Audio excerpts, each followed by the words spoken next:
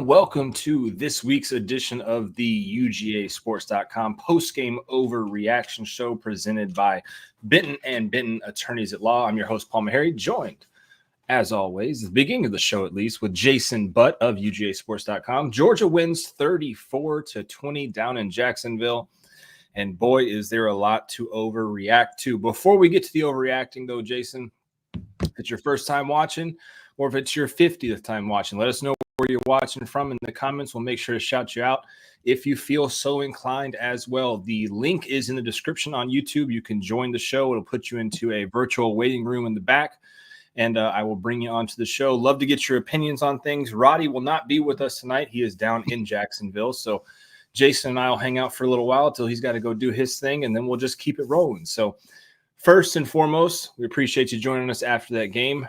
Jason, as we do each and every Saturday after the clock strikes 0, your initial thoughts. Where you at, my friend? Look, it's been trending week after week, I think, on this show, right? It's been, okay, Carson this, Carson this, Carson. Okay, here we go.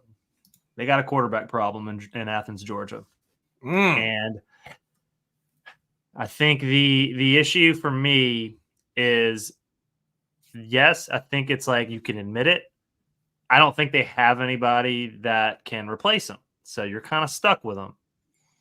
And I think at this point it is, I hate it when people, gosh, I hate using this term, but I'm going to do it. So hey, might as well, right? They need to make him a game manager. An Alex Smith of the world, if you will. Yeah. And I think that, and you saw that in the second half. And I thought Herb Street was, complimentary. It's like, after the third pick, you saw him be a lot smarter and make more better decisions. They were not testing them like they were early and like they have all year, where they want to be aggressive and they want to go vertical and they want him to make those kind of throws. It's all about adjustments at this point. He hasn't proven he can be that guy. He doesn't show that he has confidence. And I don't know if that's confidence in himself or if it's in his receivers, because you often see him what it looks to be second guessing. He's late on balls. He's throwing behind receivers. They just aren't, a lot of the passes that were on the money last year haven't been this year. And then those 50-50 balls, Brock Bowers and Ladd McConkey make so many guys look really good. I mean, you're seeing it in the NFL right now. You're seeing Ladd had a monster game. Brock's been a monster all season.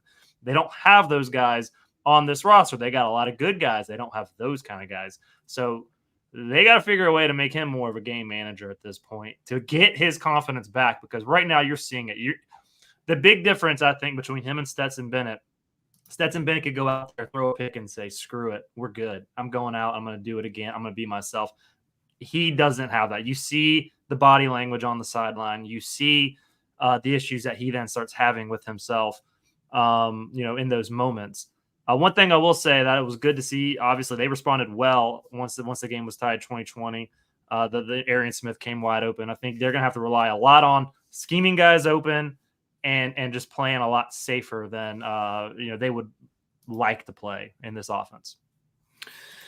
We've got our first I guess this is a shot at Bobo from Trammell over on Facebook. Says, man, Beck and wide receivers are not the problem. It's the play calling. That's ridiculous. That's ridiculous. I'm sorry. Like, you're not watching. I mean, I don't mean to I shouldn't. I mean, I just think that's not at all. I don't think it's play calling. I think it's the players on the field on this one. Yeah, man, this was a tough game to watch. Obviously, Georgia losing at halftime.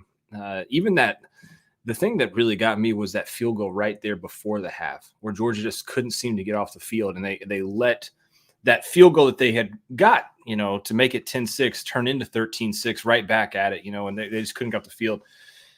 Very, first and foremost, unfortunate for DJ Lagway. Oh, yeah. I think that he is going to be a star in college football. And I'm curious, good to see that he was back on the sidelines, right? So nothing crazy severe, like he wasn't in the hospital or anything like that, for what happened. I'm curious to see what comes from that, but he's a gamer. And, Florida fans, you're going to hear it. You're definitely going to hear it that had he been in the game, the rest of the game, that this would have looked a little different. And I don't disagree with them with that. The quarterback that Florida put in just wasn't ready for that spotlight. And rightfully so. I mean, I don't think he was prepared to have to go up against Georgia and Jacksonville. That wasn't where he thought he probably would make his first appearance in a Florida Gators uniform in significant time. So, shout out to Florida, man. They had their 4th-string running back average 6.2 yards a carry and a touchdown. I mean, they were down their best wide receiver, down multiple DBs throughout the game. They were able to stick with it. Georgia powered away there at the end. But there are a lot of things that can, need to be addressed with this team. And it's unfortunate, Jason, because now you've gone through both of your bye weeks. There's not much more addressing you can do. There's not much more. I mean, you're prepping for the next team, right? So there's not much you can really, try to dissect. This is who you've got, right? This is who you've got. Arian Smith's your best wide receiver. And we still need to find out what happened to ETN. Right? We don't know unless I missed that. Did I miss it? They said ribs, I think, on television. Yeah, ribs. So ribs or some of that. Yeah, so we need to see what happens with him. I heard on the radio at halftime, Shockley said that he had his pads off during halftime and then put them back on. Yeah. So, it's just one of those things where when you don't have a full strength Trevor Etienne, you have Carson Beck throwing 3 interceptions. You're having to rely on a true freshman running back to really try to make your running attack work. It's a cause for concern, and you're lucky to walk away with the victory. We've got James Caraway here. Let's bring him on while I get to some of these questions over here in the comments in YouTube. James, what's going on, my friend? What's up? Tough game, but you walk away with a victory. Where are you at right now mentally? Lost all confidence in Carson. And it's funny, but the eye black made it worse for me. And sitting there with the eye black was a tough look. I wasn't going to be the one to bring that up, James, but I'm glad you did. I think he reapplied at halftime. I think he did. I think it was getting a little washed away, and it actually got reapplied. So I thought for sure, I was like, dude, you throw multiple interceptions in the first half, go wash that shit off your face, brother. Like clean start, it just looks bad. Yeah, but then it got reapplied. It got darker. Yeah. There was a reapply. Yeah. It was like he was reapplying sunscreen there in the. Well, to each their own. If sure that works for him, whatever. But sure, I mean, objectively, I can't think. I truly, and I'm not trying to be funny or sarcastic or anything. I can't think of a quarterback in recent memory to wear that much eye black on his face. Is there anybody that stick? I mean, I'm not trying to be. I'm just saying, like, who is the last quarterback to do that? Never. That's an O lineman. That's like O line. It's like Aiden Hutchinson does that. Yeah, like a defensive end. Did JJ McCarthy do some of that though? I think maybe JJ did a little bit. I don't think he went. It wasn't like that. It wasn't the whole full cheeks. Yeah, he had maybe like a line. I think was JJ. But anyway, we'll keep it moving. What else you got, James?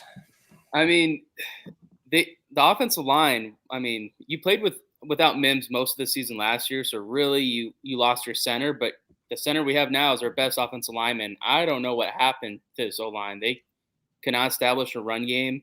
Our most explosive runs are always from receivers. Dylan Bell's 30-plus yard run, the next longest was an 11. So they can't run the ball, and now we have a quarterback who's pick happy and receivers who are not really getting open outside of Arian.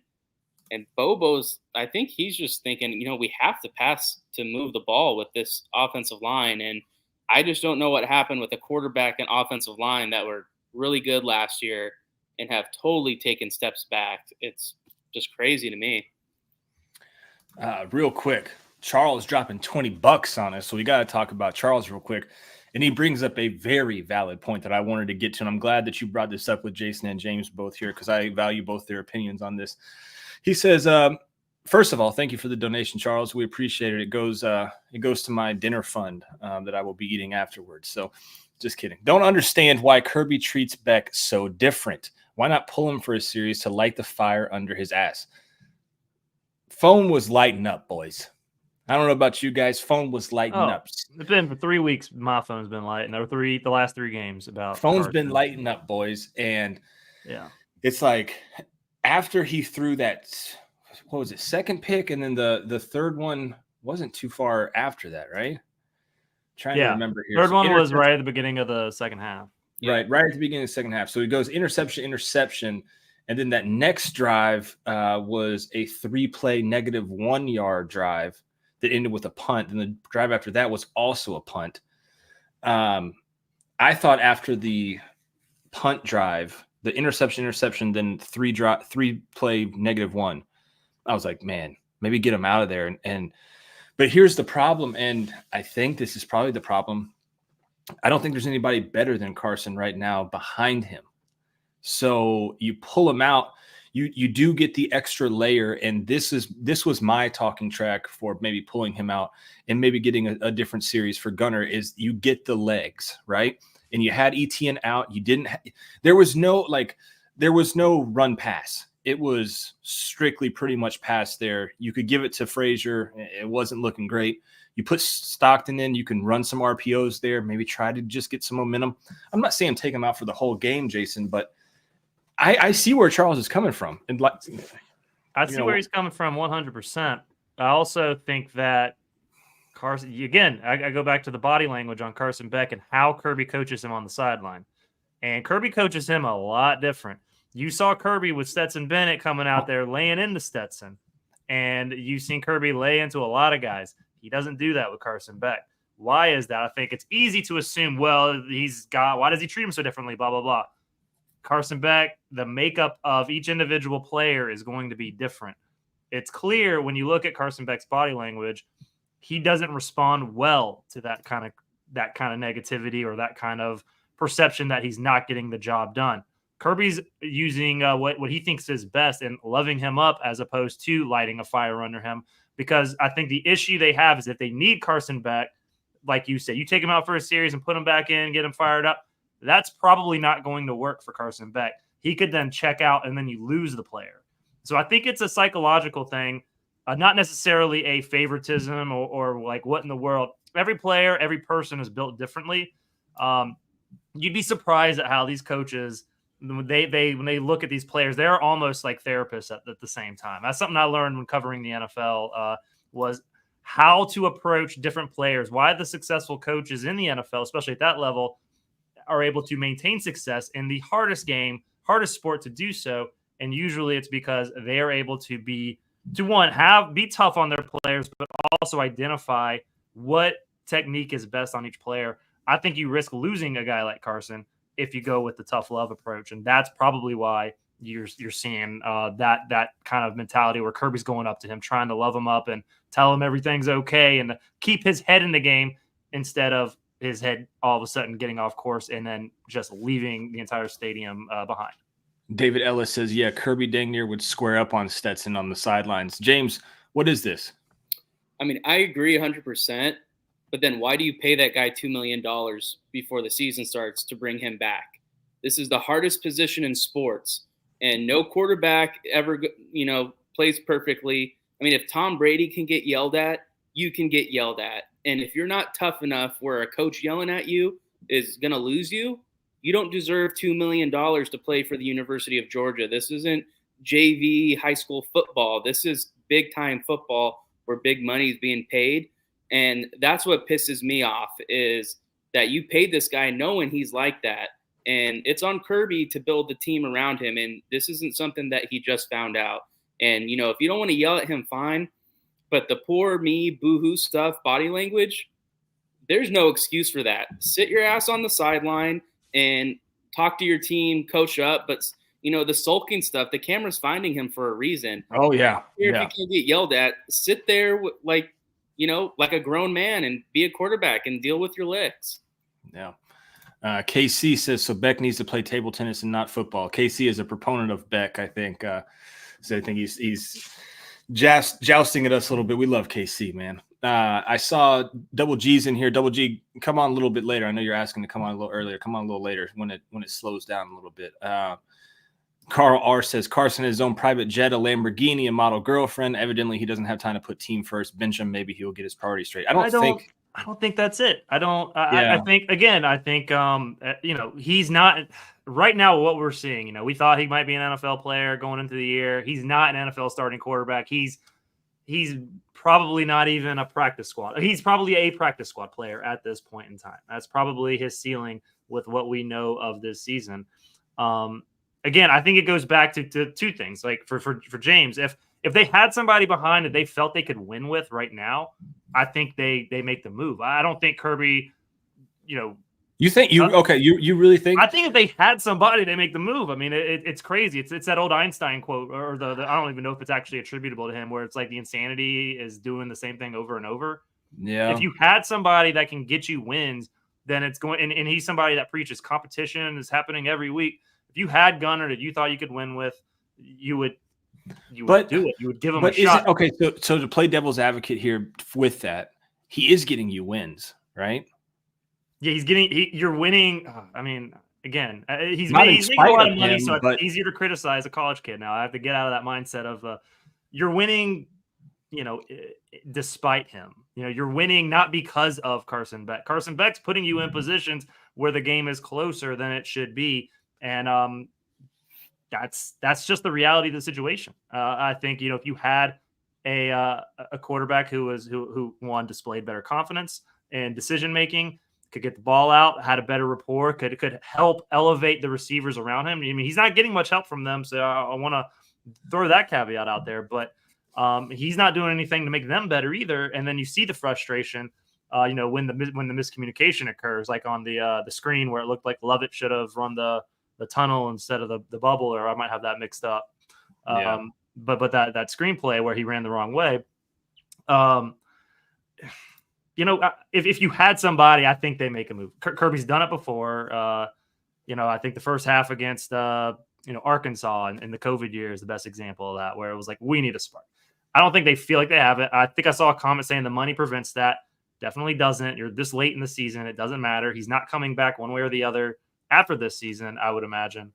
And so I just think that's just what Georgia has right now. And so they have to coach him up the best way they possibly can, based on the reality of the cards that they're dealt with.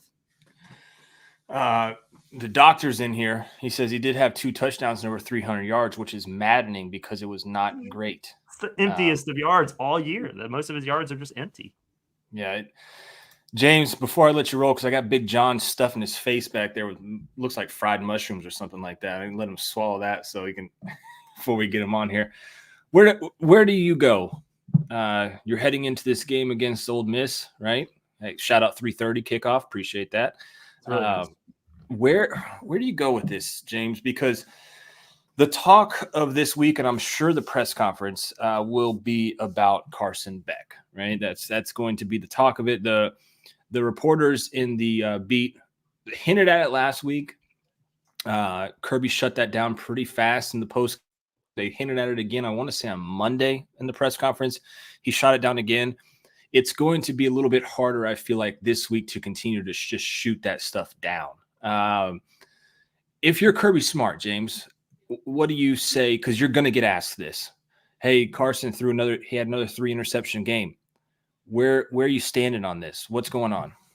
I think Kirby's going to say the same thing that he's been saying. This was the game. If you wanted to get Gunner in for a couple snaps, you would do it here. You can't throw him in against Ole Miss and Tennessee at this point in the season. So, like we've been saying, there's no other choice. So, you do your lip service and you act like us fans are crazy for saying Carson Beck is bad. And,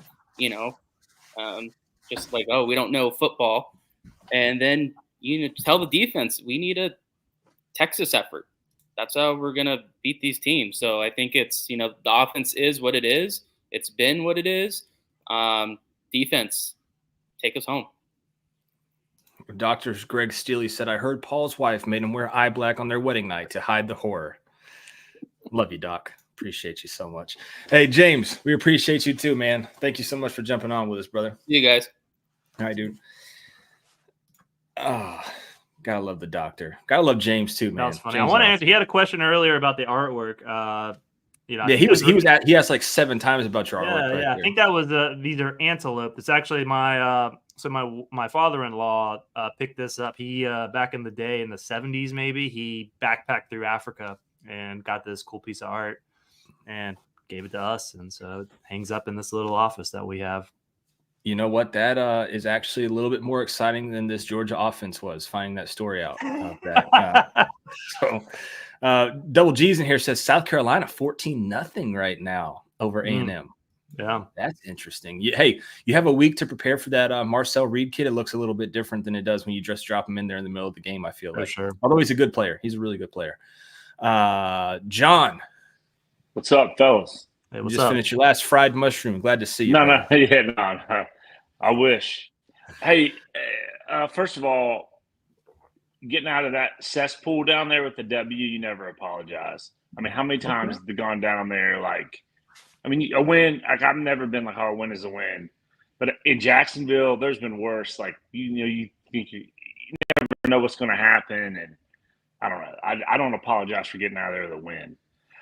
But I want to ask a question, and I can't wait because I always say to myself every week I want to wait till later to call, but I just am so frustrated sometimes I just say I'm going to call.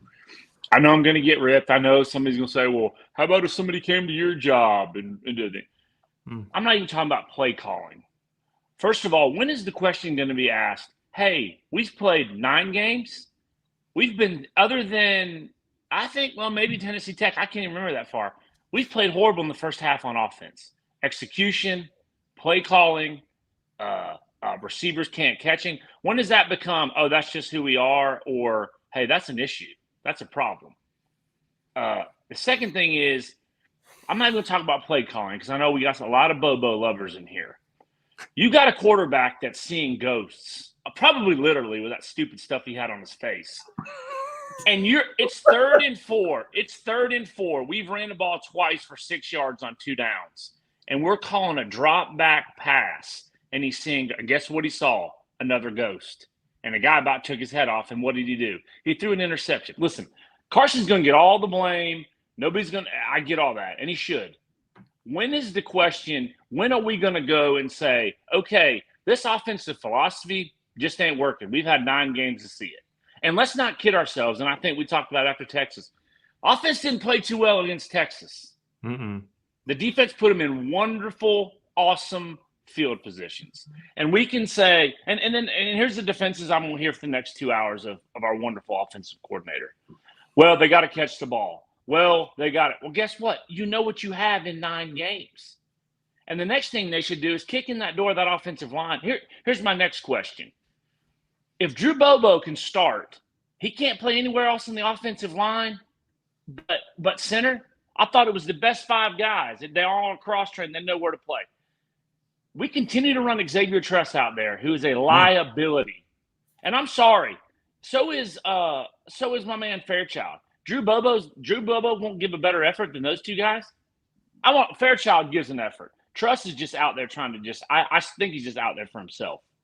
And I know I'm rambling, but that is the – I don't even blame the defense for that touchdown. As good as they are, they were gassed at that point. They were gassed, and they had a short field, Florida did. But I just don't understand. We're supposed to be the greatest. We're supposed to have – we can pick every recruit that we want pretty much. We're in competition for. But we can't find an offensive identity at the University of Georgia through 9 games. Who falls? Who bears the brunt of that? I guess the fans that just overreact and say, "Oh, Mike Bobo's a great offensive coordinator. They got to catch the ball." Well, what's his identity?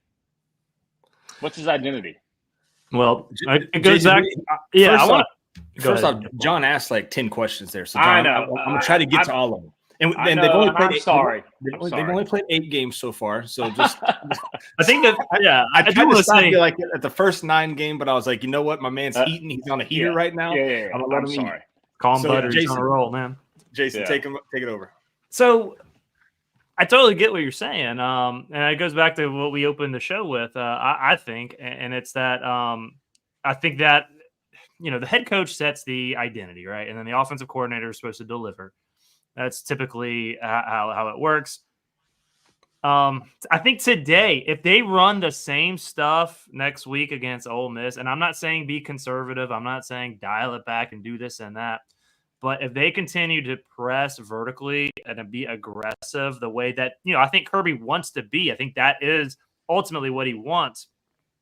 They're going to get in the same troubling areas, where they end up turning the ball over and they give Ole Miss a short field. I think this is the game. You come off the bye, you're playing Florida, you're saying, hey, let's get to what we want to do. And they have not been able to establish that. The 2022 was the year where you saw them be aggressive and go vertical, in Stetson's last year. They did it a little bit last year. And to be fair, they had a weaker schedule and they had much better talent around them. So I don't think Bobo's off the hook, but I think there is a player personnel issue at hand too, where I think maybe the quarterback, Carson Beck, isn't as good as we thought. And we all know, I think, you don't have to, you could be the most casual fan. And if you looked at last year to this year, the targets they're not even comparable to what Georgia had a year ago in terms of being able to make 50-50 balls, or even balls that, you would think the other team had a better chance to come down with, and then Brock snags it. So you have those things that are at play.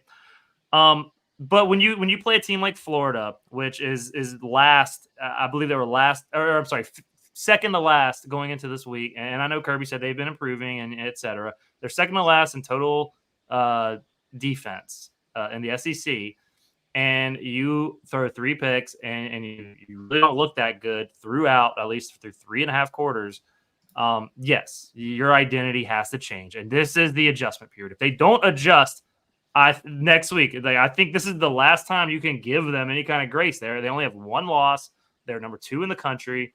They got to win over a rival in Jacksonville. They cannot come out and try to play the same way against Ole Miss. I think you saw that after the 3rd interception. You saw a lot safer throws. You saw game management mode, and I think that's what they have to do. Going back to what you said about Texas, I know I'm trying to answer everything that you asked. And James Carraway kind of said this too. You have to pretty much say, look, defense, this is our reality. And this is stuff that they'll never say publicly, because you're not going to criticize your players publicly. And you're going to take shots at the fans more than you're going to take shots at the players. I think media and fans have to realize, yes, you guys are going to be made to feel stupid so that the players don't feel stupid, so that they still buy into the coach. Now, yes, they're going to have to rely on this defense the rest of the way. And they have to pretty much be an offense that is going to not turn the ball over, and still, they can still run some of, be a pass heavy offense, but maybe not necessarily a vertical. Maybe be more reliant on screens, quick passes, quick RPOs, etc. But in terms of going back and testing teams vertically and trying to fit those fit the ball in the tight windows the way Carson did in the first 2 quarters, that they can't do that. He's proven through 8 games now that he cannot get that done with the roster around him. And so if I'm Kirby Smart, which, he's obviously a lot smarter than I am when it comes to this game, but I think at a fundamental level, it is very much, okay, Mike, we have to put Carson in a much better position to succeed, because right now, as coaches, we're not doing that. And so that would be my message. So I hope that answered, at least from my perspective. Yeah, and let me apologize. I did go off. But I guess what I was trying to convey, which I didn't do very well, it's easy for maybe a Eli Drinkowitz, or let's talk about AC, or maybe a Vanderbilt. Hey, this is what we have. We are who we are. Can Georgia really say that with some of these guys that are playing? Can you really say that a 5-star guy? I guess that's my frustration. I know this is the overreaction show, but again, Drew Bobo started how many games? How can he not go in there and play for a guy that's continuing to be a liability? How's he not playing? Did he not have a good week of practice? Okay, I understand all that. That's the frustration. And I know all the defender. I get it. This is rich man's problems. They're the number 2 team in the country. But this is the post-game overreaction show, right? And we're overreacting. I get it. But that defensive line for Ole Miss is going to eat our lunch if they play like they did today. Or even if they play like they did against Texas. ETN made a lot out of nothing against Texas. So I see where you're coming from, John, with the whole why can't Georgia get those playmakers on offense? Because it's frustrating, right? You got all these guys on defense, and then you look and you're like, hey, we have this prime. At the time, right, preseason, we have the number 1 quarterback coming back. Why can't we go out and get some really talented wide receivers to come in? And I think they tried with Colby Young. Michael Jackson has been non-existent. Haven't seen him at all, right? How many plays? Kobe White played today. 2 plays? London Humphreys showed up a little bit, and splashes, but And then you obviously have Colby Young kicked off the team. Ra-Ra's gone. Right. Yeah. And this offense changes pretty drastically, I feel like, with both those guys gone, because I think you were going to rely on them heavily.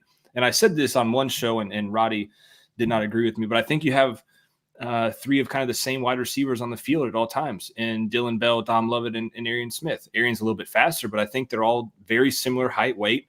There's nothing that stands out for me from any of those three. Like, they all could play the same positions. I feel like you don't have that Jeremiah Smith, and those Jeremiah Smiths don't grow on trees, right? But this is also Georgia. Like, you've set a standard. You've won 2 national titles. You should have been in line for a third potentially, and you just don't have the guys to do it on the offensive side of the ball. And it's frustrating watching that out there, because you have Carson.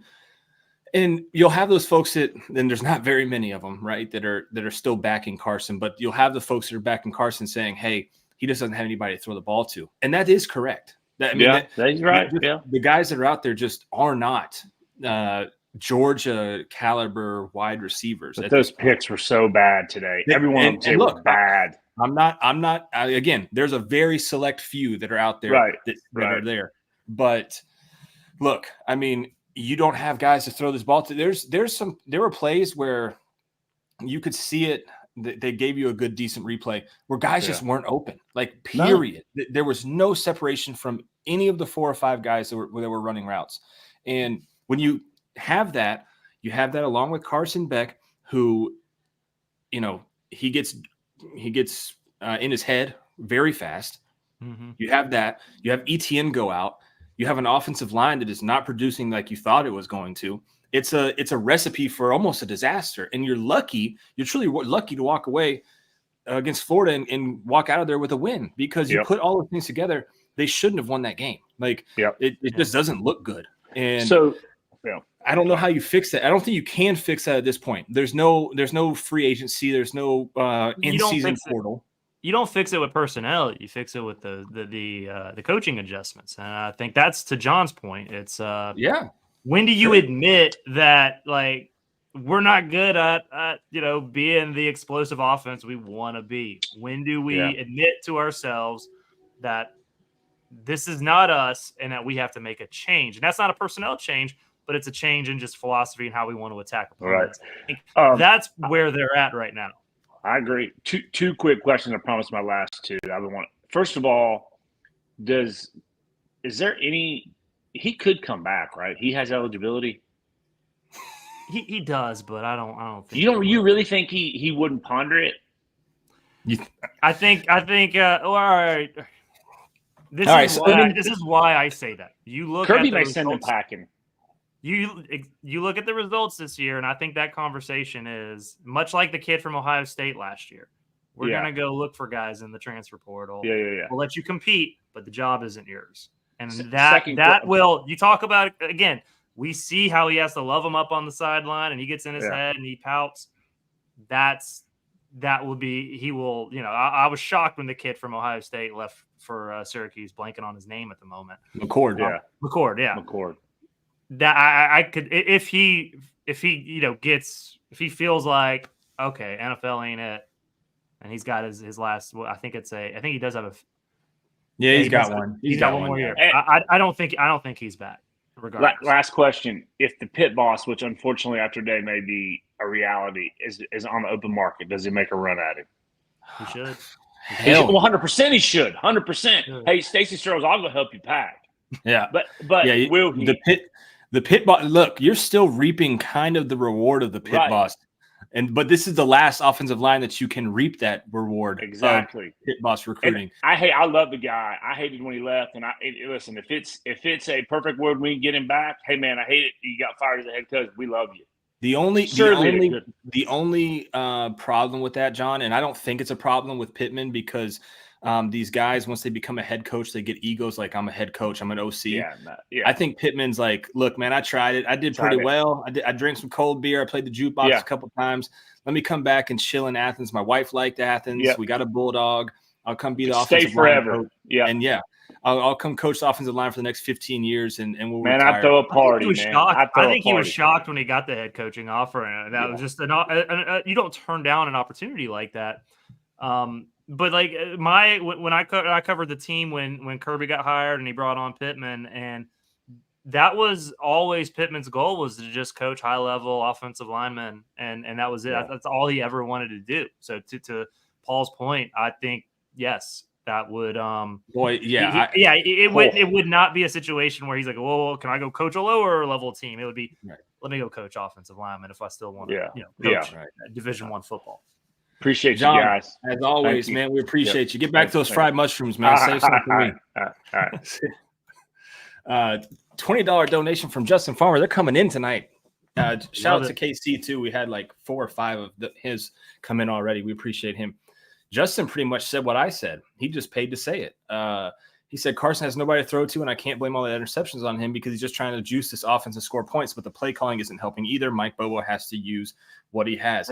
Yeah, I think that sums up all the gibberish I was saying into like 1-2 sentences. It's Carson's not helping, the receivers aren't there, and the play calling is Bobo needs to adjust. It's making it even harder for. But ultimately, but to be fair to Bobo, and the offensive and defensive coordinators, when things aren't going well, they're always the ones to blame. And the head coach gets off the hook a little more than he should in those situations. It's why don't you fire this guy? Well, the head coach, again, I said it earlier, the head coach dictates what he wants. And he wants an explosive offense where you go vertical and you score a bunch of points. And he said that the last few years, and they don't have that. So he's got to be the one to ultimately say to Mike Bobo, we got to adjust. And I think what we saw in the second half after the third interception, I think we saw some of that. And so we'll see what happens after this, but if that becomes the mentality or the thinking, then perhaps that will be what we see moving forward. A change has to happen in terms of just philosophical thinking based on the issues that the offense has player personnel wise. KC with the $2 dono says, has it occurred to y'all the wide receivers are frustrated? Oh hell yeah. I think they're all frustrated. I think everybody on that. Nobody likes sucking and losing, and not losing, but not playing well. I mean, the crazy part is we're saying all this, and they're 7-1, and hey, Miss Mary's in the chat. Jason, she says, with Pickens, Ladd, and Brock, this would be a different story. I think so too, but sure, they're not there. You just don't have those guys, and Beck does not look like the same Beck from last season. Period. Worst. Mitchell Shiver says worst wide receiver group in 10 years and worst QB play in 15 years. Lovett caught 1,000 yards. I don't know. Grayson Lambert and Bryce Ramsey started when? That was 9 years ago. I'm going to throw that out there. Yeah, this ain't that bad. Right. Geraldo S says Lovett caught for 1,000 yards in Mizzou. He sure did. I thought for sure he would be that here. Speaking of Dominic Lovett, he did lead the team in 7 receptions for 52 yards, and he did have a touchdown. So. Quick game. That's got to be their MO. Just quick game. Then that's what it was with ETN, right? Get the ball in the space and use that as an extension of the running game. I think that's their best option right now. With ETN being healthy, he was the top receiver for the team for like 3 weeks in a row. So that's what they were going with. Trying to catch up on these comments right here. Kevin says, "Thank you, Paul, for pointing that out." Hey, that's a first. Thank you for me. I'll take it. I'm going to put it on the screen. Folks say Carson needs to go. Scheme was there today. Beck didn't deliver. Howard Eubanks says Beck continues to throw behind and above the receivers. I agree, yeah. Gary says, isn't that what I've been saying all season? James says Carson Beck had a Jake Locker fall off. Both would have been top picks if they left early. He's not wrong. He would have been drafted higher last year than he is projected right now. Yeah, he would have probably been a 3rd, 4th rounder. Let's see here. I'm trying to catch back up. I'm like a few thoughts behind here. Folks say I want Lagway. How much is Lagway? Because I don't know if Napier's gone, right? Maybe. The thing is, like, compared to how they opened the year, they opened against Miami, right? That was their opener, right? Yes. It was either it was week 1. Compared to how they played against Miami, they're playing better, but that doesn't. If you can't win, then they'll move on from you. I mean, if the people with the he already had the issue with Rashada, who's now at Georgia. They had the issue with him.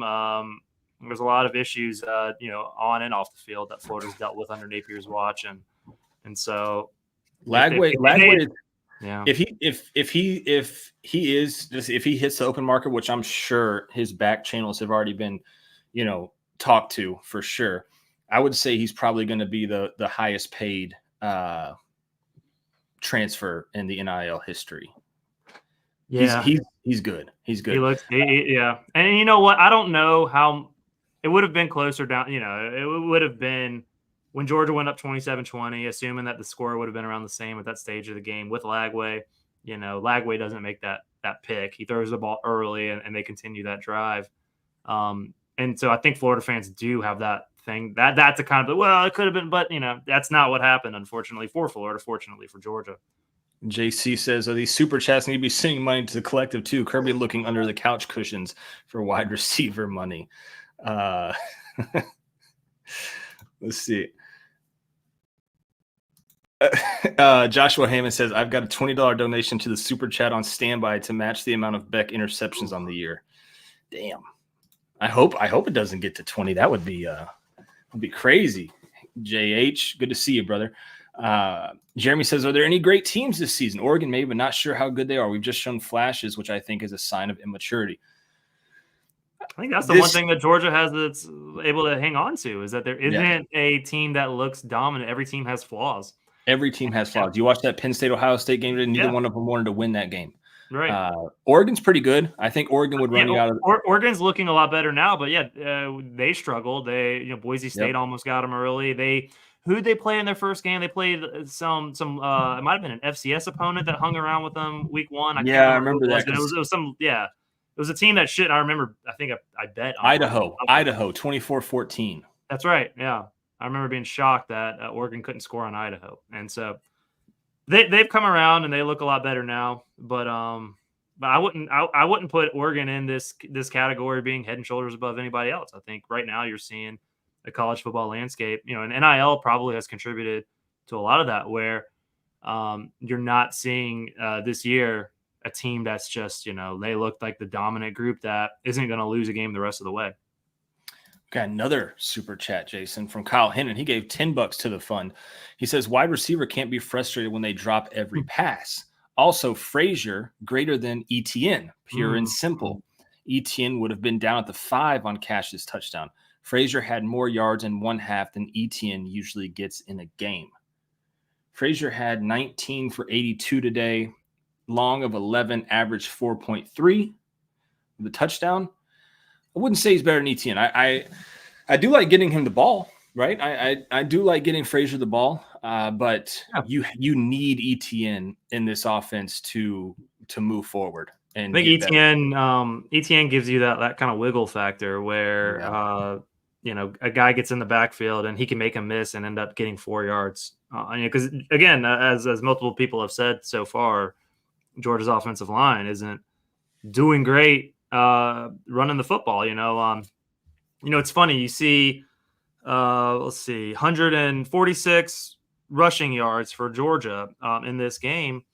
That would be a great game in the NFL, but for SEC football, especially at a place like Georgia, which historically wants to run the football, that's not good enough. And it's one of the reasons why you're seeing this team throw the ball more, because they can't establish the run and they can't consistently, get those big gains, and they can't, keep teams off balance just by running the ball, going inside and going outside and running the things and just getting the push off the line of scrimmage. Like you saw, bring up Sam Pittman again, back when he was running the offensive line here.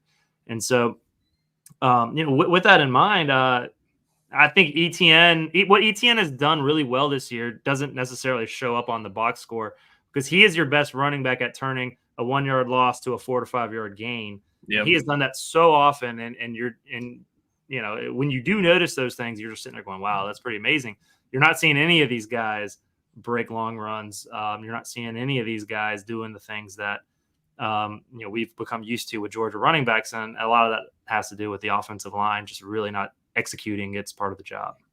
I think Keith Simmons pretty much took what both of us have said and summed it up into one comment. He says UGA has average receivers at best, and they create no separation. Add that to Beck's inaccuracies, and this is what you get. This is what you get. But here's the thing. We're down and out right now. We're treading. I mean, we're overreacting, and rightfully so. It was a tough game. Like they ran away with it a little bit in the second half. Yeah, don't forget it was 2020 with under 8 minutes to go. I mean, if it's not for the pick there, well, if it's not for that, and the guy was open. I think Herbstreit did a great job of showing that, if the quarterback's able to see the receiver earlier and make that a good quarterback, they get a first down there. He waits, and CJ Allen's able to then see where he's going and make the play on the ball. Even before that, Jason, if the failed hold right there on the field goal, I mean, they could be up 3 instead of down 7. Right. So it's the game played out for you in the right way, but the turnovers and everything like that. Let's not get it twisted, right? Because folks are gonna get it twisted. Florida's a pretty good team, dude. They're not that great. They're not. They're not that good of a team. You're gonna have folks that are like, well, Florida, it's tough in the swamp, or not in the swamp. It's tough down in Jacksonville.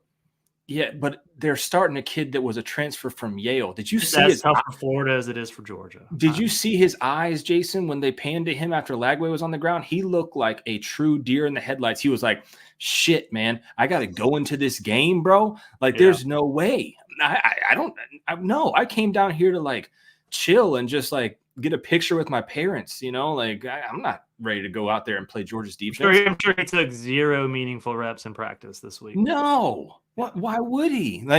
And there's no knock on him. Congrats, big fella. You went out there and played against Georgia and, the cocktail party. But let's not act like, this Florida team had some heart. They weren't going out. Yeah, they played their ass off, but 20 is about as much as you were going to get out of them. Mm-hmm. And you were lucky to walk away with a win. Let's get Heath Fox on here, man. Heath, what's up, brother? What's going on, guys? How are you? Man, doing all right, brother. You got a list of things to talk about?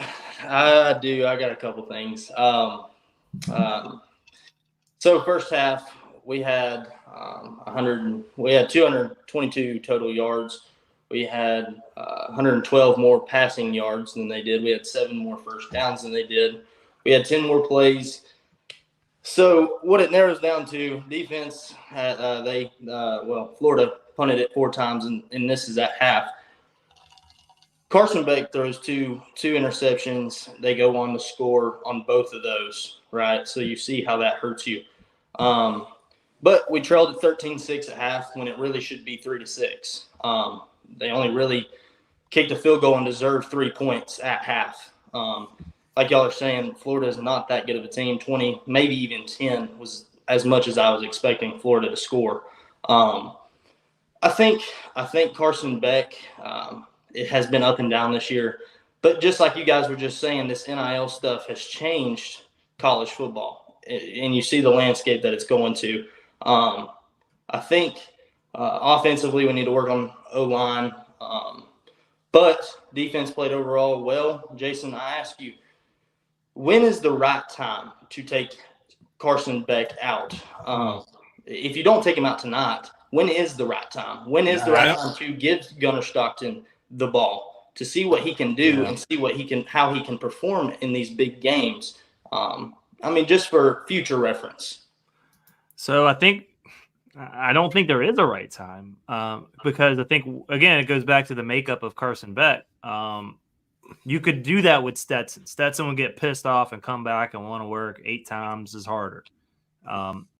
Carson, I think you risk losing him mentally. And if they're not confident that the guy behind Carson Beck can get the job done, and then if that fails, if they're not confident that Carson Beck can then step back in and want to, retake the position, then I think the risk isn't worth, what the worst possible outcome could be. So I think that's why you've seen, again, it goes back to Kirby. I mean, it kind of blows my mind, and that's why I totally understand the frustrations of fans when they see the way Kirby coaches him on the sideline compared to prior quarterbacks. And that's the only thing that I can think of as somebody who, I'm not in the day-to-day of the reporting like I used to be with this team. But having been around multiple teams and seeing how multiple players are coached, that's the only thing that comes to mind, is that he just doesn't take the that tough love approach very well at all. And that's why you get that. And if they thought they could get away with it, they would. And because they don't think they can, they can't, because they don't have anybody that they feel confident in to play above him. That's the only thing that comes to mind. And so I don't think that they can pull him at this point and go with somebody else. I think they have to adjust to the situation and be a little safer with the game plan and what they call around him. You know what's funny, Heath, is the chat right now is just going back and like really fired up about that, because there's a ton of folks who are like, there's no way you can pull him out there. Ask Sark how that feels, and you got other folks who are like, hey, ask Nick Saban how that went, got him a trophy. I don't think you have Tua sitting on your bench right now. Right. So that's right. The difference there. And if you weren't going to pull him tonight, like this was the one chance to pull. Yeah, if you weren't going to pull him tonight, there's no other game that you can. So it's Beck's show, right? For better or for worse. And that's what it's going to be. Now, do you see like a package for Stockton? I seriously doubt that too. I think it's just Beck's team, and then that's what it's going to be. Right. And I believe, and just going back to what y'all were saying earlier, you don't have a Brock Bowers, you don't have a Ladin McConkey, you don't have an AD Mitchell that's out there. You don't have what you had to. But whose fault is that though, Heath? I don't know. I mean, you had Rod Thomas and Colby Young, and those are two pretty good wide receivers that you lost, and that sucks. But they were pretty good. They weren't great. Right. I don't know. I mean, is it that we're not spending what we should? Should we? I mean, I don't know what you do. Do you spend more on one guy than the other with this NIL stuff? Could you go in and get somebody that's offer them enough, and I'm sure they'll come. But I don't know. I'm not too sure. What do you think? What do you think the problem is? Lack of NIL. Maybe you spent too much to keep Carson. So somebody posed this. I didn't see it, and I'll pose it to you guys too. I didn't see who. I think it might have been James Caraway. He said, "Would you have rather given $2 million to Carson, have these wide receivers that you have now, or have Gunner and have $2 million worth of offensive weapons?" Right. It's a catch-22, right? Because as we're sitting here right now, you're like, "Oh, dude, I'd take Gunner and the $2 million in weapons." But at the beginning of the year, Carson Beck was the number one quarterback on almost every board across mock drafts. At the beginning of the year, you probably taken the $2 million on Carson, which they did, and you stick with what you have at wide receiver. So I think a lot of people thought Dylan Bell was going to take a pretty substantial leap this year too, or at least I thought so. People were comparing him to Debo last year, when he got in at running back and he can do all those things and be really versatile, and that hasn't materialized. And so I think that there was a lot that we thought we knew that we didn't know. And so hindsight, looking back, obviously, it's easier to do that, now with what we've seen compared to being in the moment back then. But Georgia, again, to answer your question, I don't know. I don't really know what the fix is either. I think that if they could land a George Pickens type guy or a Ryan Williams type guy and hope that they don't get injured, and then you have the complementary pieces that they have been really good at getting, they just haven't been able to, they finally got Pickens, remember, and then he ended up getting hurt, and you never saw 1,000 yards out of the guy in a single season. But if they can get that kind of guy, I think that just changes your offense completely. Continue to recruit tight end as well as you have been. I mean, I think that Brock Bowers is if it wasn't for the Jaden Daniels, Brock Bowers would probably be offensive rookie of the year in the NFL this year. Right. That's how good he is as a football player. So it's really that game breaker at receiver that they miss. And look. The other thing I come back to is offensive line. They've recruited well up until recently at offensive line, but they have guys 2.5 years. Yeah, they have guys playing that have been a part of some good classes. Right. I'll leave it at that. I think there's a major decision that Kirby has to make this offseason in that department when it comes to his staff. I think so too. You go after whoever you can. I don't know. Carson comes back. I don't think so. I don't know. No, I truly don't. I don't really doubt that. So if you're heading into offseason absolutely knowing that, hey, you're not going to be the guy next year, I think you go after a couple weapons that you can come back next year and apply it to this team that we have and developing. I think Frazier's going to be a beast later on. Have that said, last question, I'll get off here. How do you approach these upcoming weeks with Ole Miss, Tennessee in the next 2 weeks? How do you approach this team going into team meetings this week? Do you approach it with tough love and being like, guys, listen, it's been a roller coaster this year, but you've seen how they played against Texas, and then you've seen how they played against Kentucky, and then you've seen, against Bama. You've seen it. How do you go on approaching this team for the rest of the season to be a championship contender team? I think defensively, you don't change much. I think defensively, you're getting results that you want. They gave up the big touchdown today. You correct that. Otherwise, you look at how the defense played against Texas. You look at how they played today. They barely crossed 100 passing yards, even with the big play. I know that obviously they had to make the quarterback change because of the injury. But I think you're fine there, and you essentially build the confidence in the defense to say, goes back to James Carraway's point earlier, hey, we're relying on you. You're going to be what gets us wins. And I don't think you sugarcoat it like that to the defense. Like, look, we're going to fix the offense. We're going to do everything we can to put a better product there, but it's on you guys to win us these games. And you guys have proven you can over these last few weeks, and we're going to need you even more and more. And I think that's how you attack that. And then with the offense, I think it's very important for them to acknowledge and be honest about the limitations of Carson Beck, these receivers, and the offensive line.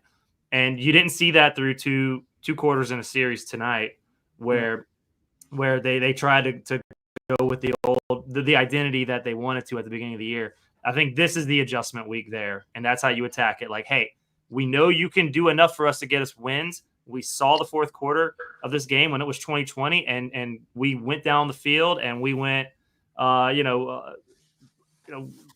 percentage throws. And I think, and you continue to try to coach and get the confidence in Carson and the receivers, because they clearly aren't on the same page, whether it's after plays are called or at the line of scrimmage. I think the line of scrimmage, that's been a thing all year you've seen. And so you continue to try to do that, but really scheme high percentage throws, high percentage routes to get gains, and not necessarily try to be the explosive team that you wanted to be, because that just hasn't presented itself all year long.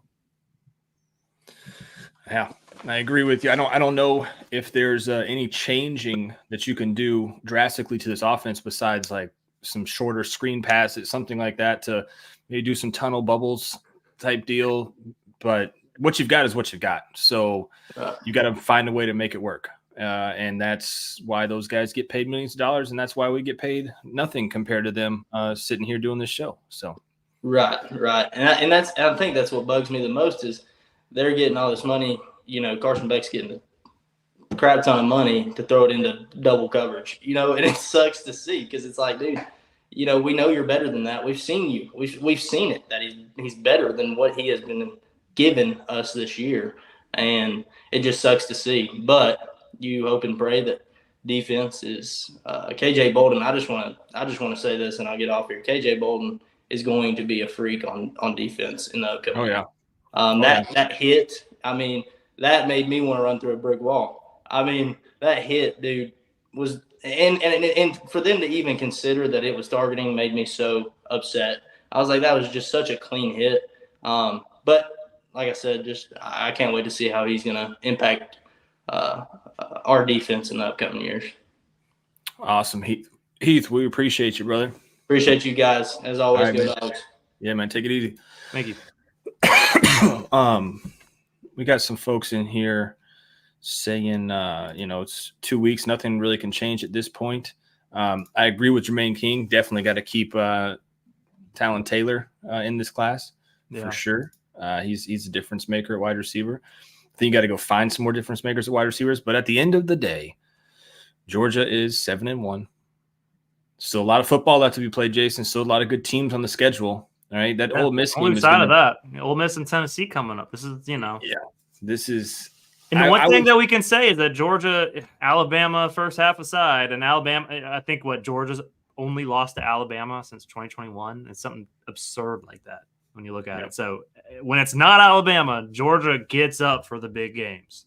And so you can believe that Ole Miss and Tennessee, with all the hype they're going to come into these next two, that Georgia, at least defensively, will be ready. And I think that is, again, I've probably harped on this a good bit at this point, but that's where Georgia's going to win games down the stretch. At least I say down the stretch, but in the short term, in the next 3 to 4 weeks, it's going to be with the defense. It's not going to be an offense being the ones who are going to will teams to win. It's going to be on the backs of the defense, and so Kirby will have those guys ready to play, much like he did against Texas. And I think fans should at least go into those games knowing that. We've got a couple score updates. Kentucky 7, Tennessee 0, and then USC 17, A&M 6. That was a weird line, man. That was a weird betting line that had a lot of people wanting to take South Carolina. And so I see it now. And I did not. I did not either. Roddy, are you ready to go? You good? Let's get all right. Bolsey on here. Jason, you might have to go edit, eh? So I can, but at the same time, I see that there's internet issues down in Jacksonville. So I know not where Roddy is. Roddy looks like he's in the high-paying suites over there. How you doing, boss? I'm fine. I'm actually in the backstage where they have the performers for the side stage. Anyway, I'm good. I predicted Georgia win by 14, and they did. So there you go. But I did not expect it to turn out that way. This is exactly what I was fearing. That's why I wrote a whole column about the fact that they play stupid down here. Weird things happen. I said, as long as Georgia doesn't turn the ball over, they'll be fine. And they turned it over 3 times. It's like, God bless America. I said that Georgia would go as Carson does, and wait, what do you expect? That's exactly as Carson plays, so does Georgia. So I'll give him credit. He did have 2 touchdowns in the second half there. He had a great drive, 75-yard drive to kind of put the game out of reach. But he also looked like he was a paralyzed goat sometimes, just the way through the ball. It's like, what the hell? I don't know. We asked the question. It was last week in the press conference. What's wrong with Kirby? What's wrong with Carson Beck? And well, he's just a little off. Yeah, he's just a little off. And his wide receivers don't help him. They have some drops, but he also has a lot of balls that are just not accurate. I mean, he's throwing off his back foot a lot, not setting his throws, not stepping into them. And there are a couple of times he just looked like a deer in headlights. But then at the same time, we'll say, okay, well, let's have a running game. You have a plethora of tailbacks. Offensive line's not getting pushed. Not great at the point of attack. So he doesn't. Haven't gotten push all year. I mean, this isn't a new thing. It hasn't looked good really all year. And here's the thing I don't understand, because when you look at Micah Morris and Dylan Fairchild and Ernest Green, it's like, and not just look at them. I mean, on the hook, they look great, but we've seen them as people movers. We've seen them driving people out. And I just don't know if it's a scheme or you just can't do it with Truss and Jared Wilson. I don't know. I mean, do you need that extra tight end who can block? I don't know what the situation is there. I'll pepper coach about it. Why can't they run it? And you saw they kept trying. And if I'm Mike Bobo and I'm up there, I'm like, okay, we're running. We're not getting anywhere. I don't want to be looking at 3rd and 8, 3rd and 9. So let me throw it to the flats. Let me throw a screen. I'll get 5 yards. 5 yards is great. And that Kirby Smart considers those runs. I don't, but I'll take his word for it. But it was a frustrating game, because I feel like this is the team that we saw after they went out and beat Clemson. They smacked Clemson around, and then they coasted. They coasted for the next 3 or 4 games. Then they lost to Alabama. Then they were an underdog against Texas. And that's when they're like, oh, we can't just throw our helmets out there. Complacency. Too many guys got their own little deals, and they're worried about hoeing their row. They don't really play that complementary football. They don't really take care of each other like you would want them to. I mean, each guy's doing his job. There's nothing wrong with that, but they're not greater than the sum of their parts. It reminds me of that 2012 defense when all those guys decided to come back and play for one more year, and it wasn't a great defense. They just that's kind of the way this whole team feels. They're all really good, but they're not bigger than they were like in 2021. So anyway, when they were doubted, they came out and just ran through Texas, even with the mistakes. This team makes mistakes. But I was worried about it. I'm like, okay, they're going to do the same thing. We're going to see the team that barely survived in Kentucky, the team that jumped out on Mississippi State and then took their foot off the gas and let them come back and score 31 points. The consistent just hair on fire is not there until at the end. So it has to be, right? It's 20-20, 7 minutes left. Oh, well, shit, I guess we better can buckle down and do something. Okay, and they can. That's the thing, they can do it. So in my column or my score prediction, I said, I don't know which team's going to show up, the Texas Stompers or the Kentucky Survivors. And we saw the Kentucky Survivors for 42 minutes. Yeah, I was going to say. And then all of a sudden they're like, and then all of a sudden like, oh yeah, shit, we need to win this game. I got dinner reservations, and they turned it on and flew down the field. And the defense is playing all over, making tackles, not having penalties. So that's just the way it kind of looked. It was like, what you have the capability. And I gave a speech on Thursday to the Jacksonville Bulldog Club, and it was all happy. And I get up there and I'm like, hey, this team's not as good as they used to be. And everyone's like, well, damn, Roddy, you're breaking us down. But I'm like, they're not. But nobody's great. Texas A&M right now, the number 10 team's getting their heads kicked in. There's not a dominant team out there, but even with your less than great, your team's not as good, you can still win it all if you play well. And they're just up and down, hit and miss. The only thing that you can't really complain about is the kicking game. And you're 7-1 somehow, so you're still in it. So yeah, even though you're not as good as you were last year, you're still the number 2 team in the country. I think it's just the fear factor, though. It's like you see when they look like this against Florida, when they look like they did against Mississippi State, when they look like they did against Kentucky, you're sitting there thinking, oh my gosh, like that's why going into the Texas game, you're just like, if they play like that, they're not going to win. And then of course they come out and they set the world on fire. Now, Ole Miss is tricky because I think Ole Miss they're not the number 1 team in the country. They're still really good. They played great today against Arkansas, but they might not be the same level. Like Georgia's probably going to be, I would think, 7.5 point favorites, maybe up to 10. I mean, Vegas has been getting Georgia wrong all year long. I would expect they should give them a lower line than you would think, like somewhere between 6.5 and 8.5. I wouldn't be surprised if they put it around 10. But and so you're not going to have the underdog thing that they could have used against Texas. And so you wonder what kind of motivation, what can Kirby do? I mean, that said, Georgia under Kirby has historically gotten up. Last year against Ole Miss was a good example, I think, where they came out and they just kicked the shit out of them. Everyone doubted them going to that. And I think people doubted them against Tennessee. And people have doubted them. I think even going into Mississippi State, though, they're going to win, but they're not the same team. They doubted them against Texas. But they're fine with that, Jason. That's the thing that kills me. It's like they're like, okay. I just thought there was no way they will keep the Texas intensity up through the rest of the season.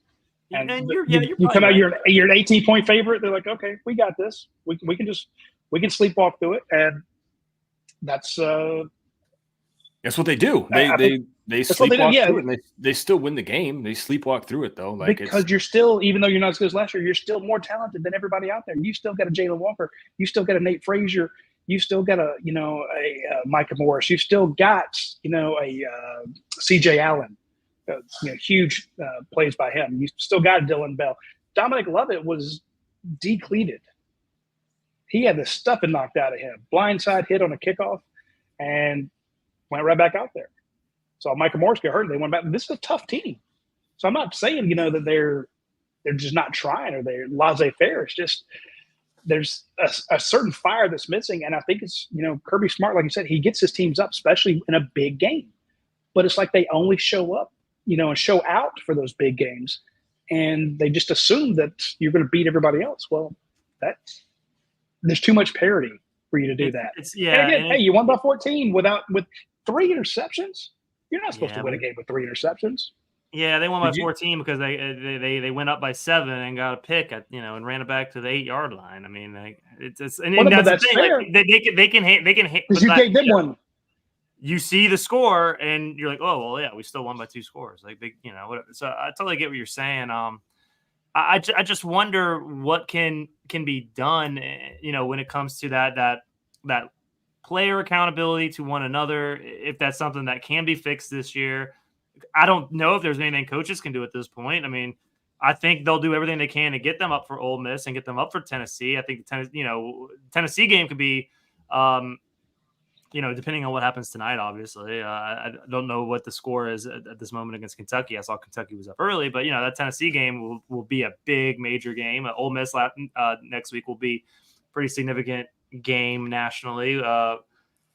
They'll be fit. Georgia should be favored in both by more than a touchdown, probably. And Kirby Smart will come out and say, what do you do to light that fire under their ass, like you say? He's actually said it. He said, remember there was that close game against Kentucky. One of the first things he said after that was, we'll use this. We'll use this to get their attention. And that's the best thing that happened. The best thing that happened for Kirby Smart was them being picked as underdogs for the first time in 50 games against Texas.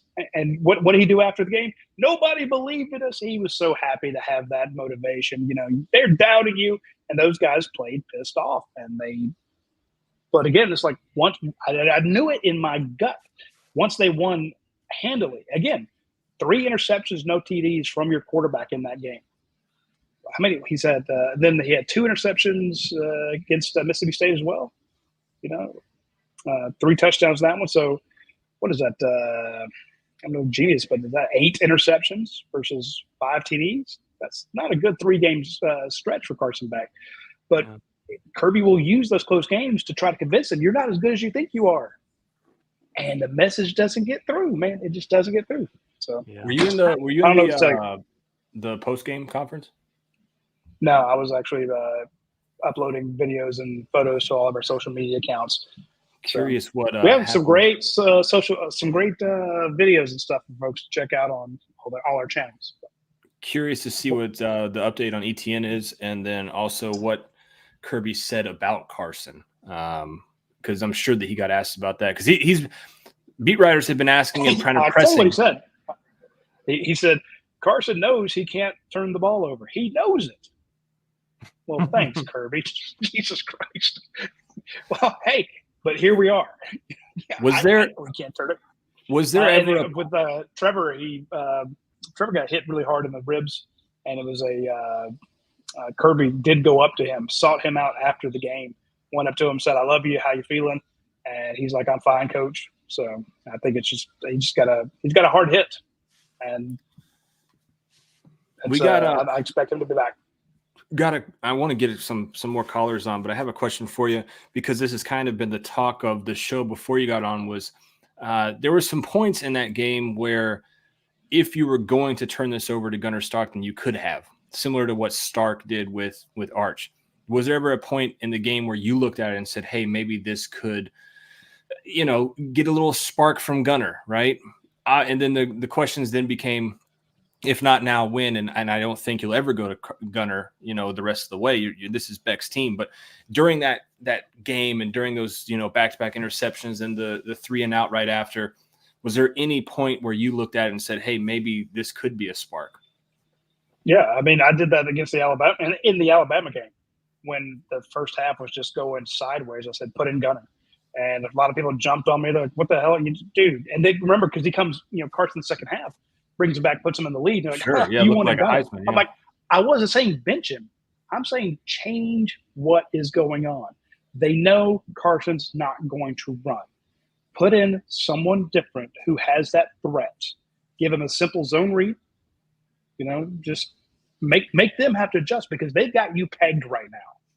You can bring him in, run super simple plays, change up the tempo, change up the scheme, make them adjust to it while you figure something else out, because what you're doing with Carson right now is just not working. So that was my idea in the Alabama game. This one, after that second interception, and that third and out after that, where he just looked lost, looked scared, terrified.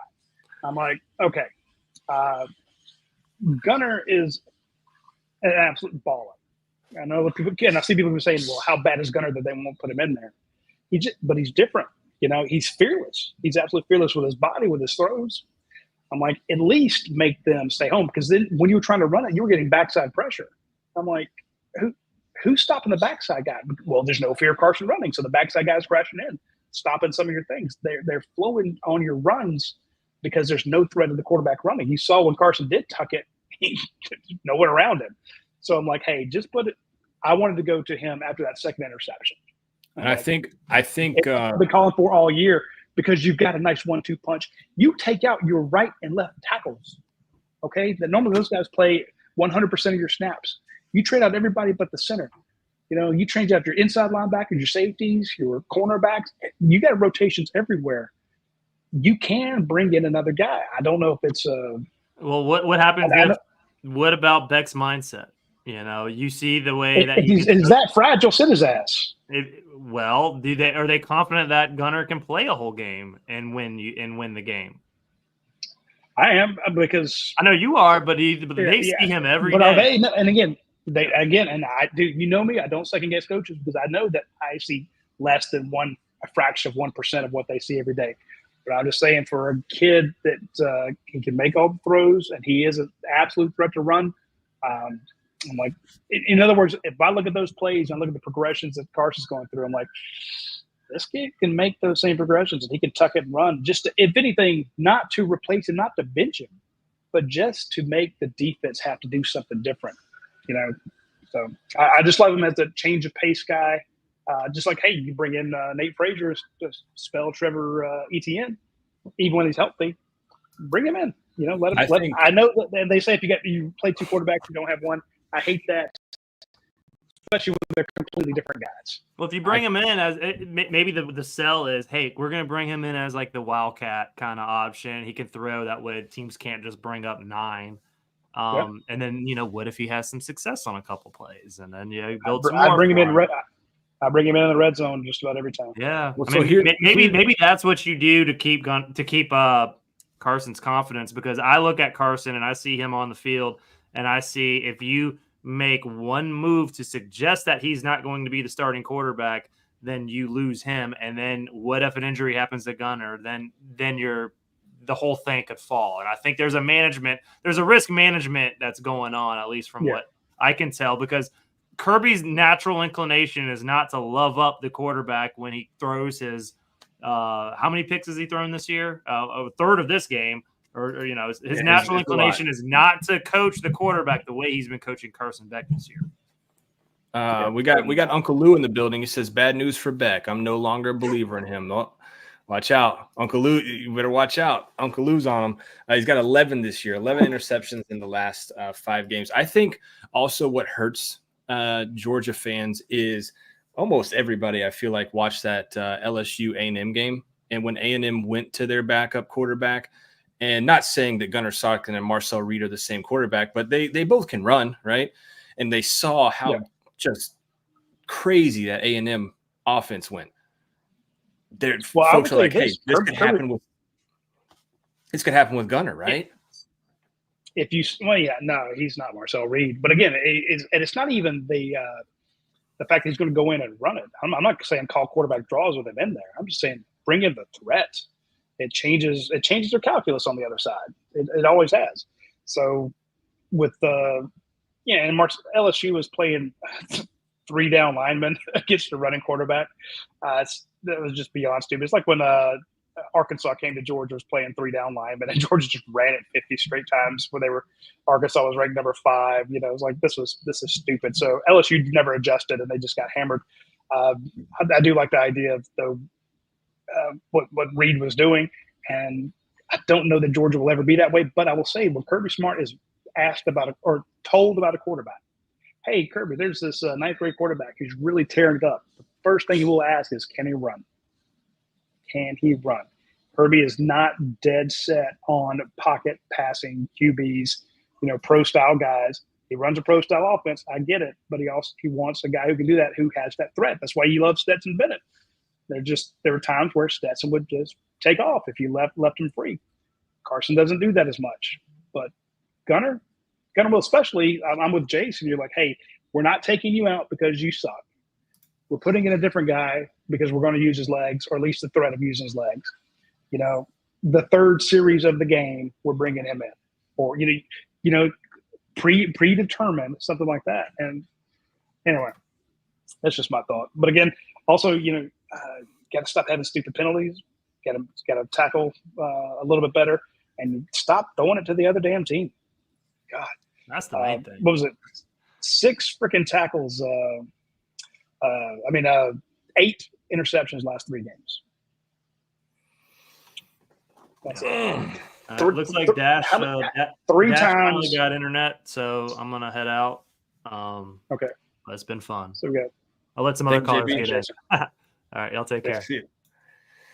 Yeah, it's crazy. It's just crazy to me that we're 8 games in, Roddy, and we're talking about a guy who was the number 1 consensus quarterback coming into the season, and we're talking about, hey, maybe we should see them change it up with the backup quarterback. It's wild how that regression has been for Carson Beck, and I think it's a multitude of things like lumped into one. You just don't have the receivers. Your offensive line isn't doing what it should. Carson Beck is feeling the yips back there. Play calling, probably could be better to maybe get him in better situations. It's just a mixture of everything, which then turns into Carson Beck throws 3 picks, looks terrible, but they still win the game because they just have the better players, right? And that's kind of how it's shaken out. Now, does that still happen when you go play Ole Miss? Does it still happen when you play Tennessee?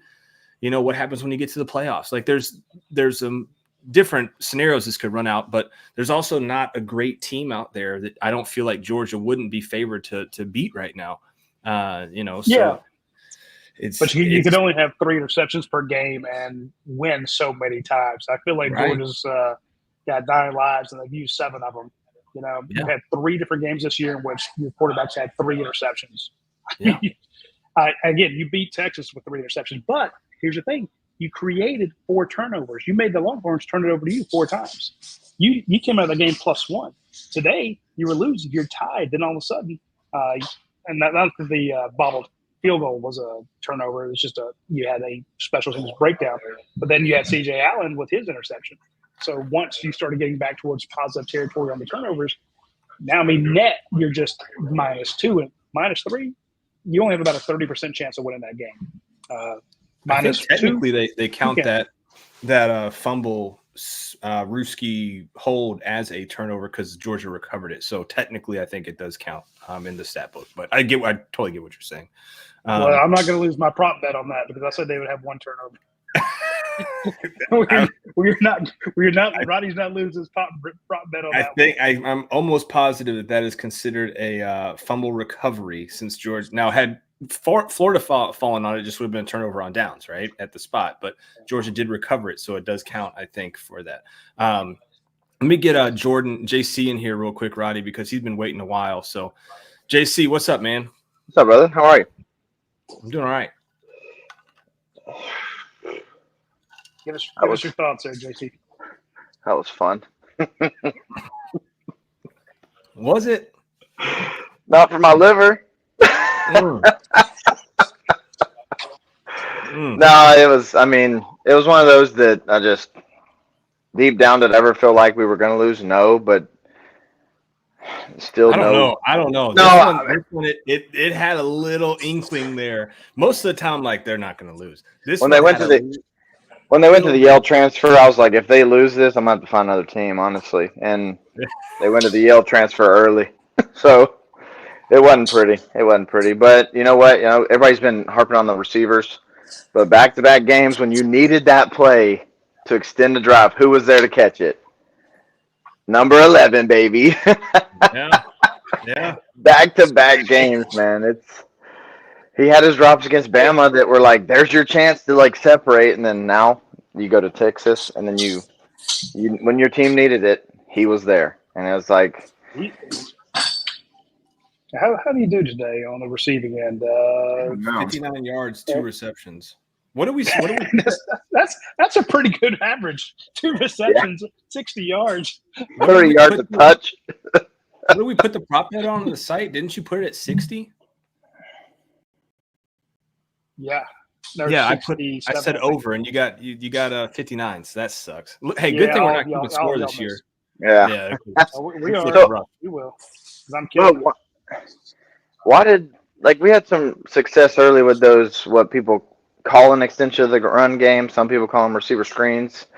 It's like there was some success early, then they went away from it. But then when Beck had the picks, it's like, why not go back to that with a little more tempo? And then you see him go back to that, and then there's some success. It's like, what took him so long to kind of go back to that, I guess, is the question for y'all. What do you think? $1 million question. My question or my guess on that was some of the blocking on the edge.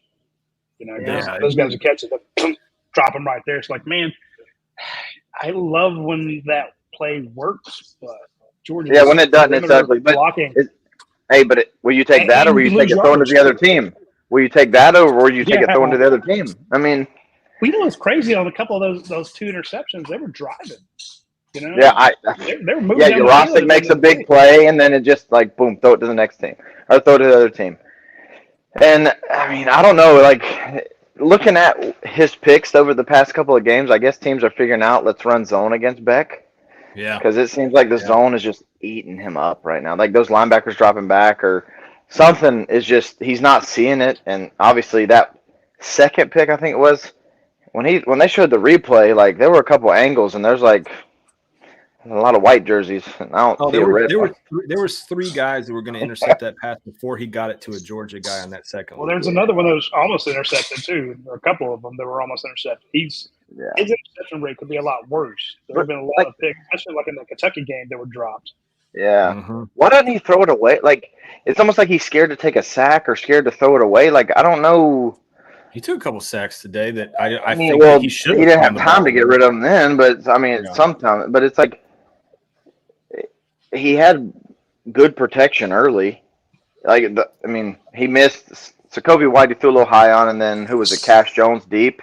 He missed him. I thought he was a little amped up for beginning of the game. I was trying to give him the benefit of the doubt on that, but then it's he got a little pressure and started dancing and panicking. I'm like, well, you've had protection all night. We're not beginning of the year. It's not like you've been getting peppered all night. When he starts doing that, I don't think it's so much fear that he's about to get hit. I think he's just trying. That's one thing he's trying to force it. Yeah, exactly. And I don't like this new ball spin thing. I don't know where he picked that up. But no, don't like that. And it's unfortunate too.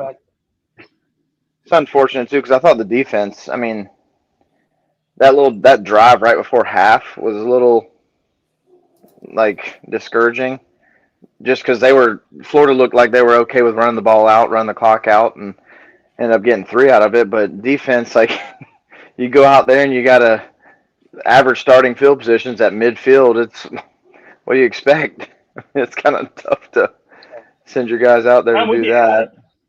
It also felt like that right before the half. It's like the defense just expects them to take a knee and they run it on you. Are we still playing? So yeah, I did exactly again. But that goes back to Jordan when we were talking about that kind of intensity. Yeah.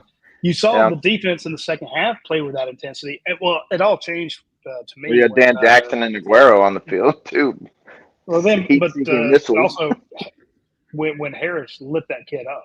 Oh, I love that. I'm like, okay. But again, sometimes they'll have a big hit, and then everyone's like, okay, well, we got it. We're back. Yeah. No, you got to keep going. So it's if not that I ever go to the gym, but if you're in the gym and you're trying to max out and you're trying to do that one extra rep and the guy's screaming at you, do one more, and you're struggling. You can only be yelled at so many times before, it just doesn't have that same effect for you to get the bar off your chest. And Kirby's can be intense, but they're like, well, that's just who he is. So it almost feels like it's baked in, and there's just not exactly an apathy, but the word I used was complacency. It's like, we can turn it on when we need it, but it's too hard to turn it on and keep it on, and it is. It's damn near impossible to play that at that level and to play that kind of head hunting stuff. But damn, man, it just. That's what I was hoping for with. Don't go the opposite end. I know. I was hoping with the bye week after the high of the Texas win, that Georgia would have time to come off that high and like still come back and bring that intensity. And now missing it some tonight. It was a little disheartening, but overall, as far as like, I know I've heard y'all talk about the receivers and like the targets and all that. I mean, based on what I saw, you got this. I don't know where the tight ends are this year, but at least you got some monsters between the kid from Camden coming. Elias. Elias, and you got the Barbo kid from Milton is a stud too. I mean, it's at least you got some tight ends coming in that can, and then Talon Taylor. Hopefully, we can somehow find C.J. Wiley. I don't know, but Scobie White was good to see him get in there. I was looking forward to seeing him get a little more than what you get 2 plays. Is that what y'all counted? If that, yeah. Yeah, I was kind of excited to see him, but then that didn't quite. I just like that Nate Phillips play. Dwight Phillips? Yeah. Yeah. That was. Dwight. He's quick. I was trying to run around and find my kid to get ready for bath time, and then I see 20 in the end zone. I'm like, Who's 20? I did the same. I was like, wait, who's 20? Come on. Who's 20? Yeah, that would have been. That was literally out of left field because I looked at it too. I was like 20. I thought it was. At first, I thought what number he was. I thought it was 80, and I was like 80. Then I saw 20, and I was like, damn, I don't know either one of those numbers who they are. Yeah. So hey, shout out to him though. Get him a little bit more involved. You know, Kirby was pretty happy when he came off the field on that one. That seemed kind of personal. Hey, we'll get you the ball, kid. We'll, wait your time type deal. We'll put you in a situation where you help the team type thing. And that's what he did. Well, I would have given it to Nate Frazier again, but he's too busy over there getting a 15 penalty. I was just about to ask, how do you think his asshole's feeling right now after Kirby jumped all over him? Kirby's got that hand all the way up there. It's like, you're not going to say or do a thing. You are my puppet now. Yeah, that was rough. Especially what sucks too is technically right then you were still down because you hadn't kicked the extra point yet, so you're still losing to Florida, and then you go do the Gator chomp, and then I don't know if it was the Gator chomp that got it. Wasn't it the slash, the like cutting the head off type thing that they probably threw it on? Either way, right? It's ridiculous. But the other guy, the Florida guy, scores, and he spins the ball in the end zone, and he does a 45-minute song and dance. I don't remember a penalty from him. Yeah, I think what got Frazier. I remember spinning the ball used to be like instant 15 yards. Yeah, like spiking the ball. It wasn't the Gator chomp. It was he did a throat cut. No, you can't do the killing out there. You can't murder anybody on the field. You think Kirby tried to like make the dogs make this close so that we were the underdog going to Ole Miss? I still like some 3D chess. People are saying that the veins on his neck. Georgia is the underdog in that game. I just don't see it. I think that they're probably, When they score 63, 70, I mean. But yeah, they gave up 31, and everybody's talking about their defense. I mean, I guess the offense for Arkansas got a lot more opportunities, but Green went out. I think Green, what did he get hurt early for Arkansas? Saw him gimping around on the sideline early in that game, and it's not to say that was going to change the game, but they found a way to put 31 up on him, and everybody was hyping up Ole Miss's defense, and I don't know. So the early line, this was before both games were played today. For next week, Georgia is minus 4.5 favorite in that game. Does that change? I don't know, but that's what it was prior to today's games. See, that's what I was going to guess when Jace was talking about like 4.5, 5. So yeah, that makes sense to me. Kentucky and Tennessee are tied at 7. Yeah, and Nico, he got up gimpy on one of the early drives too. So who knows? Hey, JC, let me ask you: who wins this game if Lagway stays healthy? Oof. We hadn't gone down that road, Roddy, and I was trying not to, honestly. that face on JC. Don't do that to me, Roddy. I think I commented on one of your tweets about it was Kirby's face. How's it? What are your thoughts? I was like, this post-game overreaction show is going to be electric, but I don't know. I would think, you know what? I'm going to say the Dogs find a way to win. Kirby hates Florida. Kirby will find a way to. It's one of those that I think, regardless of who was in there, Georgia's going to find a way to get it done. I don't know. Maybe I'm wrong. Maybe that's just me being a diehard, but I don't know. What do y'all? Roddy, how about you? Well, I'm gonna spin it on you. Yeah, Roddy, answer your own question there. He was doing enough with the quarterback run that was giving Georgia fits, and when you start moving up to handle it, he hits you deep. So again, Georgia should have won by 14, 21.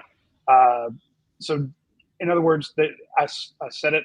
The only way they win is if Georgia gives them the ball. Yeah, Georgia gave it to them 3 times. You can't. And again, it's not so much that you're giving. They had 10 points off the turnovers. It's not only that you're giving it to them; they're scoring off of it. You're giving them short fields. If he stays in, then who knows how Georgia would have played going after that? But it would have been very uncomfortable. But here's the thing: what Jason was talking about was like, do you get a gunner ready just in case he has to go in? It wasn't like DJ got hit by 5 guys late or thrown out of bounds. It looked like a little simple run. All of a sudden, he's laying on the ground and he's carted off, with a really nasty hamstring, kind of like what we broke the news earlier in the week that Anthony Evans had a hamstring. He couldn't put any weight on his foot. That was just, you don't know when a guy can take a wrong step. I mean, I guess I learned my lesson with Jacob Eason, 8th play of the season. It's like, did he just step wrong? It's like, okay, well, that's that, and JT Daniels with the obliques, just, I don't want to say quarterbacks are fragile, but quarterbacks get hurt a lot. I mean, we saw the whole Marcel Reed thing. I mean, if not for that, Texas A&M might not win that game. He comes in and just does it. So to me, you have to have that other quarterback ready to go. And the idea was that Georgia's going to play some of these teams and blow them out. And then you're going to be able to bring in Gunnar Stockton to get him prepped. That ain't happened this year. So if you want him to be ready, maybe you need to play him in non-blowout situations. Hey, we got UMass coming up, big dog. We'll get him some run before the playoffs, hopefully. Lord willing. But JC, I know I got a lot of. I appreciate y'all. I know I've been here on a while, so appreciate y'all. Go Dogs. On to Ole Miss, and catch you next time. All right, brother. Be good. Thank you. You want? I'll let you spin the wheel, Roddy. Well, I'm gonna have to go. I got some stuff I got to do here, so I'm gonna let you bring on. You got to go. yeah. What is it? Yeah, it's downtown Jacksonville is calling you. Hey, there's a place called The Real Ting. It's a fantastic The Real Ting. place. The Real Ting. Yes. I'm gonna go over there and get me some oxtails. Did I ever tell you? I just got done with college, so it was 2014. Walking out of I don't know what the hell they called it at the time, Jacksonville Stadium. It's changed names several times since then. Everbank. Yeah, and we're walking down the road right there to get back to the tailgate, and this drunk Georgia fan walks right out in the street, gets just plowed by an Escalade right in front of us, laid out. Escalade backs up, swerves off. We're like, yo, is buddy all right? He gets up. He's like, damn, dude, that shit hurt. What happened? And he just gets back on the sidewalk, and his buddy hands him a beer. And I was like, this is Jacksonville's different. So watch out for black Escalades down there, Roddy. I will do. I just noticed that we were posting that video of the police just wailing on a couple of Florida fans. What? Where? There's a video on this channel. It's 2 policemen fighting Florida fans in the stands and just wailing on them, just absolutely hammering them. And I got a note from Twitter going, "Yeah, we're going to age restrict this video." Damn! I just retweeted it or something. So yeah, it's crazy. So I'm gonna let you bring up some of the other guys. I appreciate. I'll give a shout out to the Rogue Shop, our sponsors there, Ben, and of course ASW Distilleries. If you haven't done the commercials, or I'm sure you already have, but just I want to shout out our sponsors for paying for me to come down here. So it means a lot, folks. Hey, go get the Real Ting. See ya. All right, we got Roddy out of here. All right, it's time to have fun. No, I'm just kidding, Roddy. Love you. We'll get on. First off, let me do this real quick. We got Benton & Benton, attorneys at law. They're actually helping me with a car accident I got in. We got a hit and run down in Fort Lauderdale before we got on a cruise a couple weekends ago. And Benton is helping me. They can help you out too. Schedule your free consultation, 866-927-4290. They are located in Monroe, Georgia. They obviously will take on cases wherever you are injured, since we got injured down in Fort Lauderdale. Already $55 million recovered this year from this law firm. And it is Bart Benton and his father. And they've been around for a long time. They will take great care of you. If you ever need a slogan to remember it, injured, be smart, call Bart. Great guy. Grew up with him. Just an amazing man. His father's an amazing man. They will take great care of you. So as we do, we have Dane Young, and it wouldn't be. Oh, you got a little back feed there, Dane. Do I? Huh? Yeah. It's bad. I can hear myself echoing. Can All right, you stand by. Put some headphones in there? So, dang, Dane, the man, the myth, the legend, with the wrong stuff there. So, who else can we bring on? Bring on Ben Choppy Bachman. Gary, I see you. I'm gonna get you. I promise. I see you, brother. And I'm not muted. Ben. Huh? And I'm not muted. I'm winning tonight. I know you're winning tonight. Look at you. I know you're about to bring on Dane. My first comment was actually going to be this game was, when it comes to the offense, was all about Dane's old takes about Carson Beck and his favorite player, Cash Jones, who I know who might be getting a helmet sticker from me later, potentially. I don't know. Ooh. I don't know where I fall in the draft order, but right. Yeah, tonight I will say Carson Beck, I feel like with that situation, there's just something off beyond just the play on the field. There's got to be something off, because I saw at points in the Alabama game and at points, and I understand some people will be like Mississippi State, where you could see he can make the throws, where you could see that there are times when he's locked in. But then there are times when you brought it up earlier, Paul, when they pan to him on the sidelines, something just seems off. It can't just be on field. I mean, they panned to him multiple times on the sidelines where he still had his helmet on and he looked like he was just sitting by himself. Yeah, it looked like he wasn't like saying anything, and his face just looked like dejected. Like, I haven't seen that. Like with Stetson Bennett, he would throw a pick. He'd be a gunslinger. He's, screw it, kind of like a Brett Favre mentality. But with Carson, it's different. It just felt like he's just off. And I think it's not just what he's seeing on the field. Something just mentally seems off there. But I will say, with that many interceptions as of late and over this many courses of games, with how the defense is now playing, like, I still don't know if you run against an offense that's on, or at the very least can run the football. I worry that this offense isn't going to be enough to win in the playoffs. I really do. I know they beat Texas. They show they're capable of beating anybody, but with the way Carson's playing, they could lose to any good team this year. They could. So I think this is kind of an indictment on Gunnar Stockton and people like that, because Jason said earlier, if they believed in Gunnar, I think they would have put him in at some point today. I do. But I don't think that they have that trust there.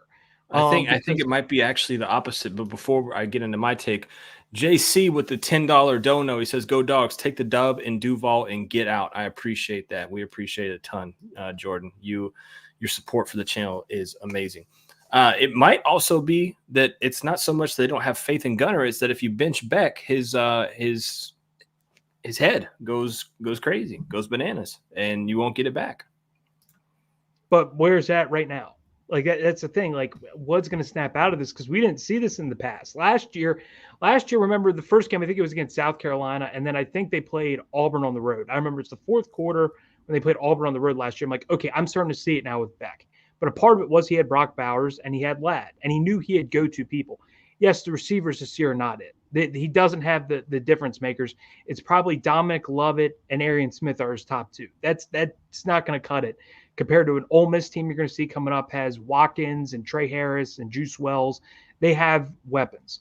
Bama has a Ryan Williams. The Ohio State, even though their quarterback plays not all that, they have a Jeremiah Smith and an Egbuka. Okay, so then we'll go back to the same talking point that I had earlier, and I'm going to bring Eddie on for this here in a second, and I want Dane's opinion too. Why can't Georgia get those guys that you're talking about? Why?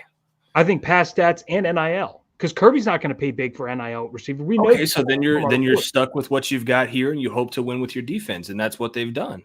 So Right. this is the offense you're going to get, and in this day and age, I think you need to probably go pay for a decent playmaker at wide receiver. I agree. That's just my opinion. Dane, and then we'll get good Dane now, right? We good? Yeah, you're good. You're good. Bro. Yes. Yeah, Yes. you sound. I got lazy and I was all about the bourbon, the hunk of bourbon from ASW. There you go. I didn't go grab the ASW. earbuds. Yeah, you Wow. couldn't hear you. Let's bring Eddie on as well, and I'll toss it to you guys. You know, we keep saying, well, Georgia doesn't have Ryan Williams. They don't have, you know, Emeka Ibuka, Jeremiah Smith, the wide receivers at Ole Miss. You can go out and get those guys, right? Or is it just, hey, Georgia is – and people are going to say, well, Georgia doesn't throw the ball. Money talks, dude. Like, if you pay enough money, that guy's going to come to your school regardless if other teams are saying, hey, you're only going to get targets 35 times. If Georgia's paying me $500,000 and you're paying me $250, probably going to go to Georgia. I don't know. You also got to go get the right guys. It's not like Georgia hasn't gotten transfers to come in at wide receiver. So either it's talent evaluation or they didn't pony up for the right people, and maybe a little bit of both. It could be both, right? You know, Paul, It could be both. last week Kelsey Ballerini put out a new album, and one of the songs on that album is called Two Things Can Be True, and it essentially is two things can be true: I love and I hate you. And I think that is Georgia's relationship with Georgia fans' relationship with this offense, because I think Mike Bobo is coaching the hell out of this offense right now with all the impediments on this team. For what they had today, which is a quarterback that spooked, you could see it in his face, for receivers that all the things you're saying, and then ETN gets hurt with a rib injury, and he's down to Frazier and Cash. Which Cash? Well, Cash. I mean, I thought about you when he scored there, Dane. That was beautiful. Beautiful. When the world sees what I've been seeing, like it's a good thing. But part of that is also Georgia has a critical quarterback issue at this point, for a lot of the reasons that Choppy was saying too. That if Georgia had a better situation at quarterback than Carson Beck, we would have been seeing it. And Carson Beck is a fifth-year senior, and he's making mistakes that a fifth-year senior coming off of last season should not be making. Those first two interceptions were awful. Awful. Like, if a sophomore came in and threw that, I would have questions. Fifth-year senior doing that in a neutral site game? I'm very likely to pick Ole Miss to beat Georgia next week based on what I saw today. It's okay. And that's because if you look at the quarterback comparison, I knew Carson Beck. I even said that week, his worst against Texas is going to be as good as what Quinn Ewers can bring. His worst against Ole Miss, Jackson Darts, is even better than that. Eduardo from Ackworth. Well, a third-string quarterback from Yale didn't throw two awful interceptions today, did he? He threw one, but that was it. So he didn't really throw the ball either. He threw it more than I thought he would. When he came in, I was like, it's going to be run. And he threw the ball a little bit. You know what? Yeah. Eddie, good point 22 here. times. So one of the, like, everyone's going to point to Beck and the interceptions. Georgia's lack of shutting that game down early in the fourth quarter, that was bad. Yes, 2 3 and outs to start the fourth. That was horrible. So I'm sitting here watching the Tennessee game, Kentucky, and the Texas A&M game, South Carolina. Was that a humble brag? Was that a humble brag, real quick, that you have two TVs outside of your house? A little bit. I didn't say that I had two TVs. Felt like it was. Yeah, I don't know. But go ahead. My point is go ahead, Dane. Go ahead. Here we go. Go ahead. Is this the, like, back portion of a home, or is this part of the main home, or is there a secondary home? Like, is it a parent's suite, a grandparent's? Like, what are we Dane, dealing you're bringing with? up a good point. So we talk about NIL. Why doesn't Eddie just pay for Georgia to get these receivers at this point? Yeah, Eddie. Hey, I mean, I bought a bottle of bourbon today. I'm drinking it, Dane, just like you are. Okay, I did my part. Yes, I did my part. Are we done with crapping all over Eddie yet, or do you we're want not to do some crapping? more I'm calls? saying that's a humble brag. You making money is crapping on you? Well, I mean, whatever. Okay, I've worked hard. Well, anyway, can I get to my point about the Georgia Bulldogs now? If you So I'm watching DJ Lagway today. I'm watching Lenore Sears. I'm watching Marcel Reed. I'm watching Nico. Okay. What do they all do? And what does Carson Beck?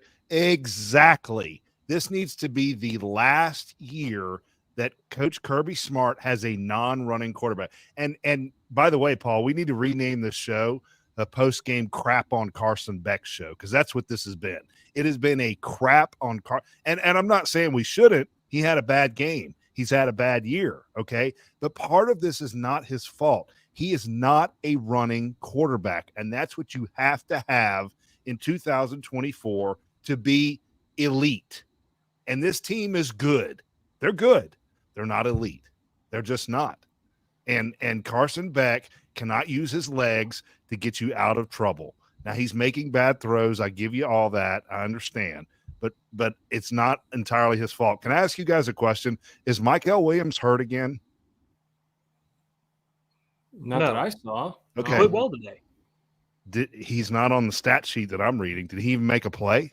I mean, did he make a stat? Had sacks in this game. Yeah, they were just throwing the ball quick as hell. He had three tackles with 3 QB hurries and half a tackle for loss. They also didn't have like passing attempts for a long time. So yeah. Well, I'm not gonna say the defense did a bad job, but when you know that a third string quarterback from Yale is in the game there at the end of the first half, what are they going to do, Dane? What are they going to do with a minute, whatever that was left? They're going to run the football. And they ran and ran and ran and scored a field goal there. I thought that was atrocious. Now, I know that defense is probably tired. We can say all that, but it's everything, guys. This team is a little bit, I said it to you, Paul, it's dysfunctional. There's something up across the board. It's not good. So how do you fix it? You can't. We are what we are.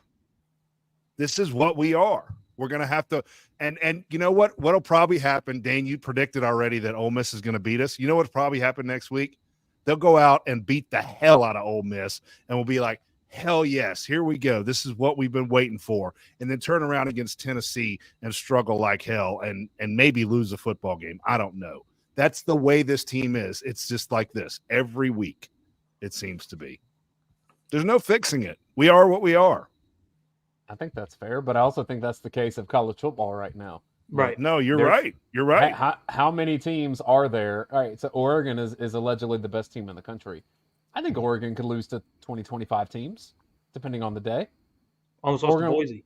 Oregon would be favored against most teams, but like that was also the same Oregon team at the beginning of the year. We're like, why are they close? What was it, Portland State or something? Like Idaho. Whoever it was, I don't remember. But yeah, Georgia could beat any team in the country. Georgia could probably also lose to 40 of them. 40? I think you're giving up the ball as much. We almost lost to Mississippi State. Well, we farted around with Mississippi State. We said 40's that. 40's a little high. 40's a little high. All right, you want to say 20? That makes you feel better? Maybe 10. You think Georgia 20. could only lose to 10 teams? 20. Because if that's the case, then you're guaranteeing that Georgia's in the playoff at this point. Yeah, I don't see a world where Georgia's not in the playoffs. If they win next week, they're in the playoff. Yeah, I think next week's a big game, Ben. I think you're right. I don't see you see a scenario where Georgia's not in the playoffs, Dane? Yeah. If they win one too. of the next I two do games, too. are they in? If you're asking if I see the scenarios, it's lose to Ole Miss. Well, sure. I mean, yeah, sure. We could go walk through 30,000 scenarios, but the likelihood of this happening is not. I think Georgia's one of the 12 best teams in the country, and I think it'll find itself somewhere within the playoff. I don't know if it's going to find itself in the SEC championship, but who knows? South Carolina can beat Texas A&M, and the whole SEC championship situation is just one big cluster. Paul, I missed this. Did you say if DJ Lagway is not hurt, we lose this football game or not? I didn't answer the question. I didn't think you did. I'd like an answer. I'd like an answer from all of y'all because I got one. I think Georgia still wins. I do. You as do? well. Why? Why do you think Georgia still wins? Because Lagway has not proven that he's some kind of big playmaker like that. And over the course of 4 quarters, the better team tends to win out. And I think the way that Georgia defended in the second half, it still would have been able to largely do against Lagway. Right. Also, to me, he only scored off of turnovers. I mean, one of them he was spotted and they only got a field goal, and another one he was spotted at midfield and scored. If you really look at it, the last 2 weeks, I mean, Georgia's really only given up 10 points that weren't on turnovers. So to me, this defense, when it's on, is arguably the best in the country. So I still believe in the defense, not so much the quarterback. But I mean, you guys have to account for the fact that he when things break down, he's going to pick up 30 yards, and we're like, oh my God, we had this play covered perfectly, and there he goes down the field. I don't think he's a running threat like that. I mean, he's fine. He's got wheels. I don't think I don't know if he's dropping 30 on you, but he can get out. He can get you a first down. He's not Miller, but he can still move. To answer the question, yes, I think Georgia barely squeaks by and wins the game, but it is a hell of a lot closer. A hell of a lot closer. And you know, the way that Flora was able to run the ball on Georgia, even though they had no semblance of any type of passing attack with that backup quarterback in there, that is the part that I'm like, well, if they have Lagway and he can, I mean, we saw it. He literally chunked the ball downfield. What, like, was it a 45-yard pass or something like that? That he chunked downfield. Like they didn't have that. Turnovers, though. Yeah, it was. Yeah, they did, but they didn't have that with the Aiden Warner kid that came in. There was no semblance of a pass, and they were still able to let their fourth string running back, Jacoby Jackson, run 6.2 average on you with a touchdown. You have Lagway in there. This game is very, very different. And I don't think you get as many chances to score as Georgia did because Florida punts the ball they punted it 8 times this game. I don't think they punted 8 times. It doesn't give you as many chances to score. And you have 3 turnovers from Carson Beck. It looks different. But I mean, you know, that's the what ifs and whatnots of college football. He wasn't in there and Georgia was able to win. So, you know, who knows? I think that DJ Lagway, I will say it right here, and I've said it before, he will have the highest NIL deal that we've ever heard of when he decides to transfer from Florida at the end of this year. I could give you the same hypothetical, Eddie, as if Graham Mertz never tears his ACL. Does Lagway even play in this game? And he probably wouldn't. Yeah, you might be right. And I don't think people would have been scared of Graham Mertz. No, Georgia would have rushed. No, they would have blitzed like crazy. Yeah, it would have been like the Texas game. They would have just gone bananas. Yeah, exactly. Hey, do you think he transfers regardless, or he only transfers if Napier is gone? Paul? I think he probably gets out, would be my guess. Is that right? I think. Do you think he files a lawsuit like the last Florida? I don't know if he files a lawsuit, but I think he does get up out of there, and he sees the writing on the wall. There's no reason to go down with a sinking ship when you can go to an elite program next year, whether it be, you know, if Ohio State wants you or Michigan, right? Dave Portnoy said he's going to drop however much money to bring in the top-tier quarterback. Bryce Underwood. Yeah. So, I mean, you know, he's willing to Georgia. Yeah. I mean, why not? Hey, speaking of the lawsuit situation, my favorite game right now is that whenever they show Georgia's quarterbacks or Georgia's quarterback huddle, because I noticed this like 3 weeks ago, I think I tweeted it out, of Jaden Rashada is like right there for every bit of coaching. And it's actually kind of cool because they always talk about he came in to get developed and all that stuff.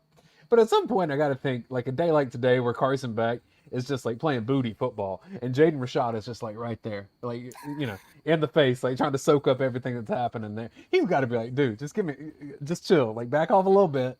Don't you? So we've been talking about Gunnar Stockton this whole entire time, right? As being that change of pace. He doesn't have really truly any in-game experience like Rashada does. And Rashada is much younger and much younger in this offense. But would you turn to Rashada? Paul, you know what I would have done late in the game if I was such a troll? I mean, I am a troll, but I would have put Rashada in the game to kneel the ball out and had him like flash the money signs as the game was over. Yeah, like this team doesn't already have a culture problem as it is. You want to just add to it with money signs. Yeah. But just to talk about what you're saying, Paul, this was the game if you were going to put a quarterback in. Yeah, 100%. Against a third-string Yale quarterback, this is the game you let Gunnar or Jaden come in. It wasn't done today. It's never happening. It is Beck or die. That's what it is this season. And the problem is you had to stay with Beck because you had to win the game. It was who you had to keep in the game. Rashada this year either. I mean, he's so new. He doesn't know playbook to make Bobo and. Well, I understand. I'm just saying there's not another option. Is my point. It is Beck. So right? Here's a bit of I'll say reporting. One of my sources that tends to know things said that during the bye week, Georgia simplified some reads, simplified the passing offense a little bit, and they simplified the passing offense and they still threw 3 interceptions. But if in the bye week, your goal with your fifth-year quarterback is to simplify things, that indicates that your fifth-year quarterback is overwhelmed, and his play shows that. That's I'll tell you what, Dane, that's not what you want to hear right now. That's not what you want to hear, Choppy Bachman. It's not what you want to hear, Eddie from Ackworth, that you have to simplify your playbook with your fifth-year quarterback, second-year starter. It seemed to me they did that in the game, Dane, because they came out, guns a-blazing. He's trying to hit deep passes. Those didn't work. He threw a couple of picks, and everything reverted back to checkdowns and tunnel screens, right? So they basically simplified it during the game for Beck. That's so not then you good just either. have to at this point you just have to just rely on your defense and hope that they can overcome 3. I mean, there's just and no, I didn't say Rashada is the answer, Justin Farmer. I said that let's not get it twisted, brother. Not get it twisted. No, I will bring up potential. I was going to bring up a point Dane said earlier about Bobo. Now, some people are going to be critical of Bobo. It's not really on him. Now, I still believe they need to run the ball a little bit more. I agree. Not as much as to run the damn ball, Bobo. Because I've been saying this. If you're Georgia at that offensive line, which I still actually have more faith in than others, to me, even with an equal to or maybe even Florida has a little bit bigger of a box, you still got to run it. To me, more. Because I remember last week against Texas, they threw the ball, I think, in the first half like 27 times when ETN had 7 carries for 70 yards and like 1 or 2 touchdowns. That makes no sense when you're running the ball well and your passing game is stagnant. But I will say when it comes to Bobo's actual play design, like some people are critical on second or third and short, take a shot. But the shot was there. He got the matchup he wanted. The play design was there. It may not be when you look at it from the standpoint of, okay, second or third and short, run the ball. Sure. But the play there was there for the deep shot because you had Cash Jones, Dane's guy, who's actually a really good receiver at the backfield, matched up against the linebacker, running wide open down the field. He missed the throw.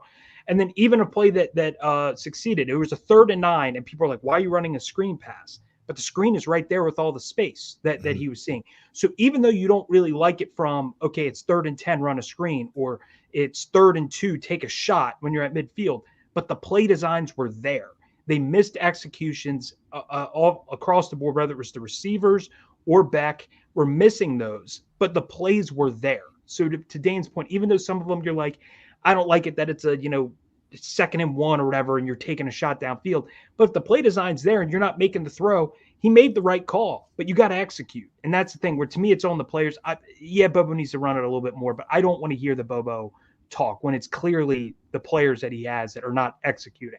Yeah. I mean, there's also some players that have struggled this year that he's getting more out of now. Urosic the last 2 games. Yeah, he's looked significantly better. Yeah, absolutely. Made a nice catch. I'm curious. Justin Farmer says, my bad, he wasn't talking about me. All right, cool. We're good, JF. I'm curious the snap count for the tight ends. I feel like Urosek was in there a lot, and Lawson Lucky was, and Lawson Lucky was maybe second. I didn't see Delp. Felt like hardly at all. Like maybe 15, 20 snaps for Delp. Maybe he caught 1 pass in the red zone for a first down. Other than that, I don't remember hearing his name called. Yeah, 2 for 21. Delp he's lost as much money as Beck has this year, in my opinion. Oh, yeah. No doubt. Not a receiving threat. So I want to ask you guys one question. So go back to what Jason Butt said, where maybe Carson Beck from now on needs to be a game manager, which I know he hated that term. I hate that term too. I know you're shaking your head already. But didn't J.J. McCarthy win a national championship last year being a game manager? Because that's what he was to me. Oh, I know that. I know he's a different team. I get that. I understand. But he was a game manager, and they got things done. Is that possible with this team where they dial it back and say, okay, Carson, we're just going to underneath throws, check down throws, hand the ball off, game managed. Let's win a natty. Can they do that? I agree with your assessment. That's what Michigan did with a really good defense, a really good running game. McCarthy's nothing special. He became a first-round pick. I still don't know why. It's going to be a bust. I'll go ahead and tell you. It's not going to work out. Fine. And if I eat those words, cool. Whatever. That ain't Georgia's team this year. Look at the running back depth today. That would not have been possible. This is a pass to open up everything else team, and you're going to have to live and die with it. And there's going to be times that's great, and there's going to be times that sucks. But so you're saying they're not going to dial him back. We're going forward as I mean, not unless you want to score like 13 points a game and try to win games that way. Like Georgia's going to have to go. If you go look at recent stat sheets, it seems pretty evident to me that even with all the variables of who's in and who's out, receivers getting kicked off the team, Tate Ratledge coming back, a different center in there for 2 games. Georgia's like, we throw the ball 42 times a game. We're going to complete 25 of them. 2 of them are going to be intercepted. Maybe another 2 more. That's what this team's doing. Yeah. So if they were going to do some big change, I think it would have happened before now. But what are you going to go to? Do they trust Nate Frazier that way? No. Kirby said in a post game he's immature because he gets that penalty after that. So he did say that? He said that? Yeah. He says he's an immature kid. And, he's talented, but can't have stuff like that. That stuff bothers Kirby. The other thing that Kirby's got to take these little kid gloves off of Carson Beck stuff. I mean, the way that he treated Stetson Bennett and Carson Beck differently, we've all talked about it. I think half the fan base has seen this now. If you go back and watch in 2020, he's calling Stetson Bennett boneheaded for decisions that he made in games. And even today, he's like, we have to find ways to help Carson better, help him more. What more can you do for him than what you have been doing? So he didn't. I'm curious because kind of what I do is after the POS, I always go and watch Kirby's post game. So he went and basically said the same thing about Carson that he did last week. He acknowledged that those throws were bad, but he also acknowledged that they have to do more around him to make it better, to alleviate some of those things. And I'm like, man, he's scrambling out of clean pockets and throwing on the run to things that aren't there. So those 2 plays, I don't know what more Georgia could have done. That's on Carson Beck to either throw it away or go fall for 2 yards and move on. Well, I said at the beginning of the game when we started those first couple of drives, I looked at my wife and said, that pocket is absolutely clean. Carson Beck is going to pick this team apart all day long. And it's like all of a sudden he started seeing ghosts and started speeding things up. I didn't understand what was going on in his head. I don't get it.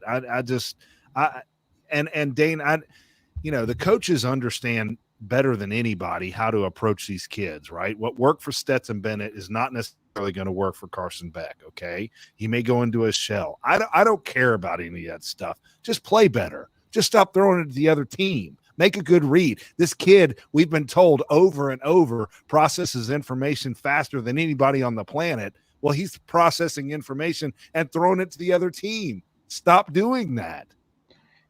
And I mean, the first interception, when that ball left his hands, I knew it was going to be picked. Exactly. His footwork was off. The ball was wobbling. And why are you throwing a jump ball to your receiver who drops the ball every week in London Humphreys? You're throwing a jump ball where he's already cut off with the defender in front of him and already has a defender behind him. You really think he's not tall like Colby Young, right? So that interception, that's one of the worst picks I've seen. And then the second one, also, I don't know if we touched upon this one yet, but before the half, you got a field goal where you were spotted. He should have thrown a pick there. He should have thrown a pick there. And it got deflected, and Arian almost made a big catch off of the deflection, but got hit. But I'm sitting there, I'm like, he threw it into triple coverage. The Dylan Bell in the red zone. That probably should have been an interception too. Absolutely, it should have been. So we could point at 4 plus the one where he gets hit and flutters. And Dane, if he throws it well on that play, it's a touchdown if he hits him in stride. But instead he misses it, and it should have been. And that's the other thing. He's throwing. I'm like, if he gets this guy in stride, he hit one to London Humphreys. It was a little bit behind him, and he had to go down and get it, and he's down. If he hits some of these guys in stride, they're gone for a touchdown. He's Well, throwing the behind. Lovett one. The Lovett Yeah, one was the behind Lovett him, one too. That's absolutely right. And I think that there happens was every week. nobody in front of him, but that happens all the time. He's off. It's just I don't get it. The Dominic Lovett, every time he's over the middle, like I remember against Clemson week 1, I remember he missed a throw over the middle to Lovett where he threw it behind him. Texas, I think last week, behind him. This week, it's like every week there's one play game where he misses Lovett over the middle of the field where the ball's thrown behind him. It happens literally once in every single game. I don't know. I can't wait till that doesn't happen. I think Georgia fans are having to retrain and reframe how we think about him, because the last 5 games of the regular season last year that seemed like a different player. At this point, I think we have enough data to say that was the outlier. That Carson Beck more likely is the first half of last season and what we've seen most of this season. Capable of greatness, also capable of going out there and throwing 4 picks and losing you the game and having you down 28-0 at Alabama. Damn, that's kind of deep. Well, can I ask a question here, Paul? Can this team win a national championship with Carson Beck at the helm? I'll start with you, Dane, because you said no last year. Damn you, Eddie. Hold on. Yeah.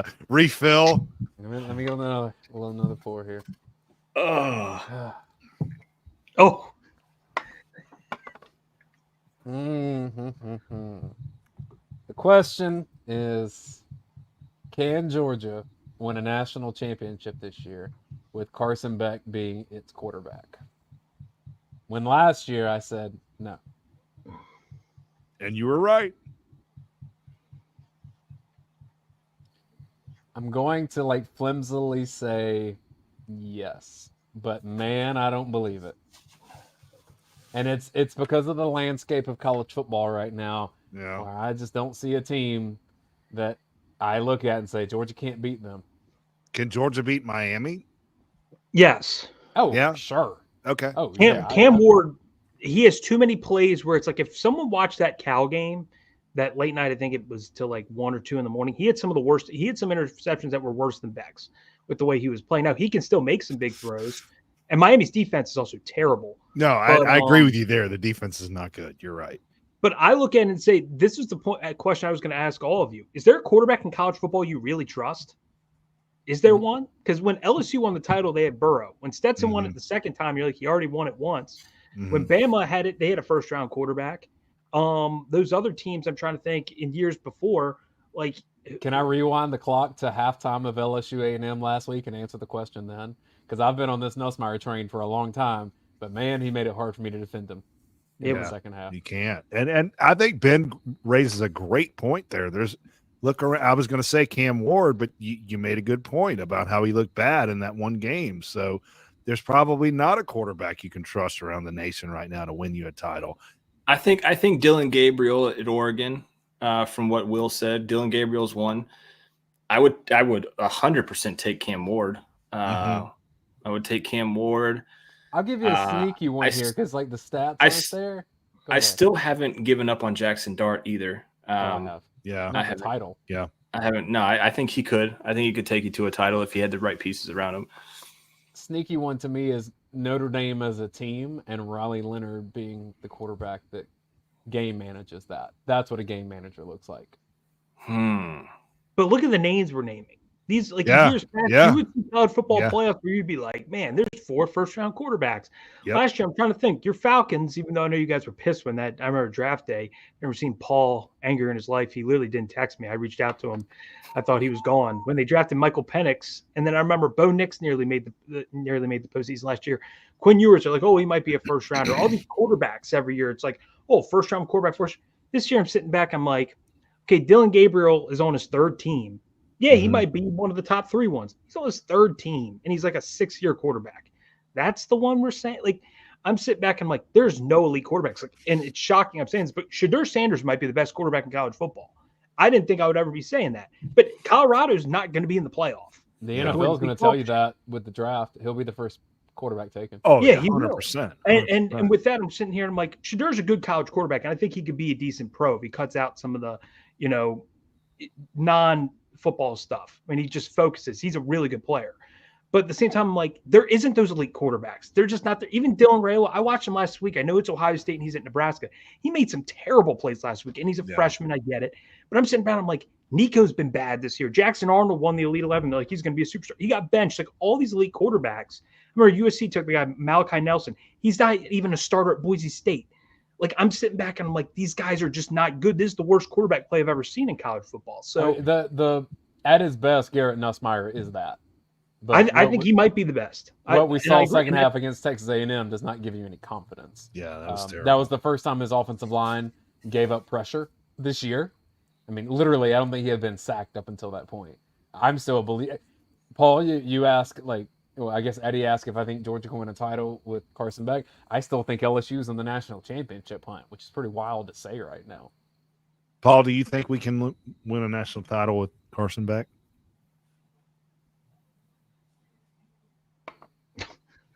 What are you, sleeping? Oh, I froze up. Shit, my bad. Oh, yeah. I thought he was channeling the next dimension there. Man. I don't know. I truly don't know. I don't want to say yes or no. I know that's like a cop-out, right? But it's the same scenario as Dane. I'm just not willing to flimsily say yes.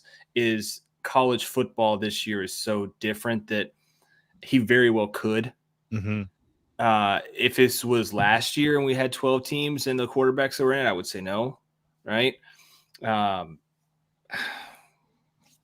You mean 4 teams last year? No, I'm saying if this was this year with the quarterbacks from last year in the 12 team scenario, I would say no, because you have Jaden Daniels around.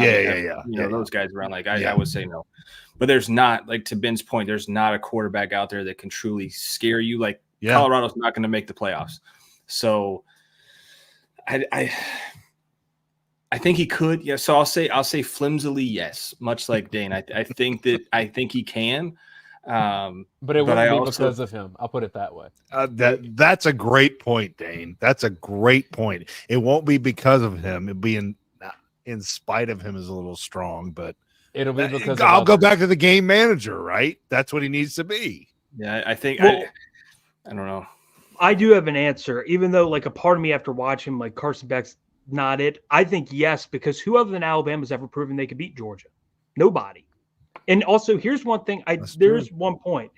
I don't watch a show often, but it was on at work. I remember Joel Klatt was talking to Colin Cowherd about the Ohio State-Penn State game, and he brought up a point of Georgia faced Alabama, lost on the road, top 5 matchup, and they went and they saw Texas. Georgia's used to that. Texas isn't. These teams are going to a 12-team playoff. They're not used to it. Kirby Smart lost one game ever in a playoff. That's true. The only game he lost into a playoff was a 2nd and 26, where he led the entire game, lost in overtime in his 2nd season as a head coach. In non-conference games, I mean, the Texas game, there were opt-outs and stuff when they lost them in that Sugar Bowl. Mm-hmm. But other than that, he never loses to non-conference teams. I mean, the only one I could think of was, I think, Georgia Tech his first year in that close game. Other than that, he hasn't lost to teams out of conference. So when I look at it, no one's proven they could beat Georgia. No, none of these teams have. And Georgia's used to being in these big games, and they're used to winning them, whether they're up or they were down to Ohio State by 14, 17 points. Year 2, they're down to Oklahoma in like the best game I've ever seen in my life, down 31-14 to one of the greatest offenses ever. And they've won because they're built for those big games. No other team in the country is built for it like Georgia. That's why I think they can win despite Carson Beck. That's true. Because these other teams haven't proved they could beat Georgia or up for it. And I do think I'll go back to what Ben said. I think that's a great point. I don't think this was a big game for Georgia today. I think in their minds, they were like, we just beat Texas, right? We're good. We had 2 weeks. We're ready to beat Florida. Florida's our bitch. We got this. I really think in their heads as a team, Kirby talks about this all the time, complacency, etc. They were like, this is a easy win. We'll just roll our helmets out there. We got this.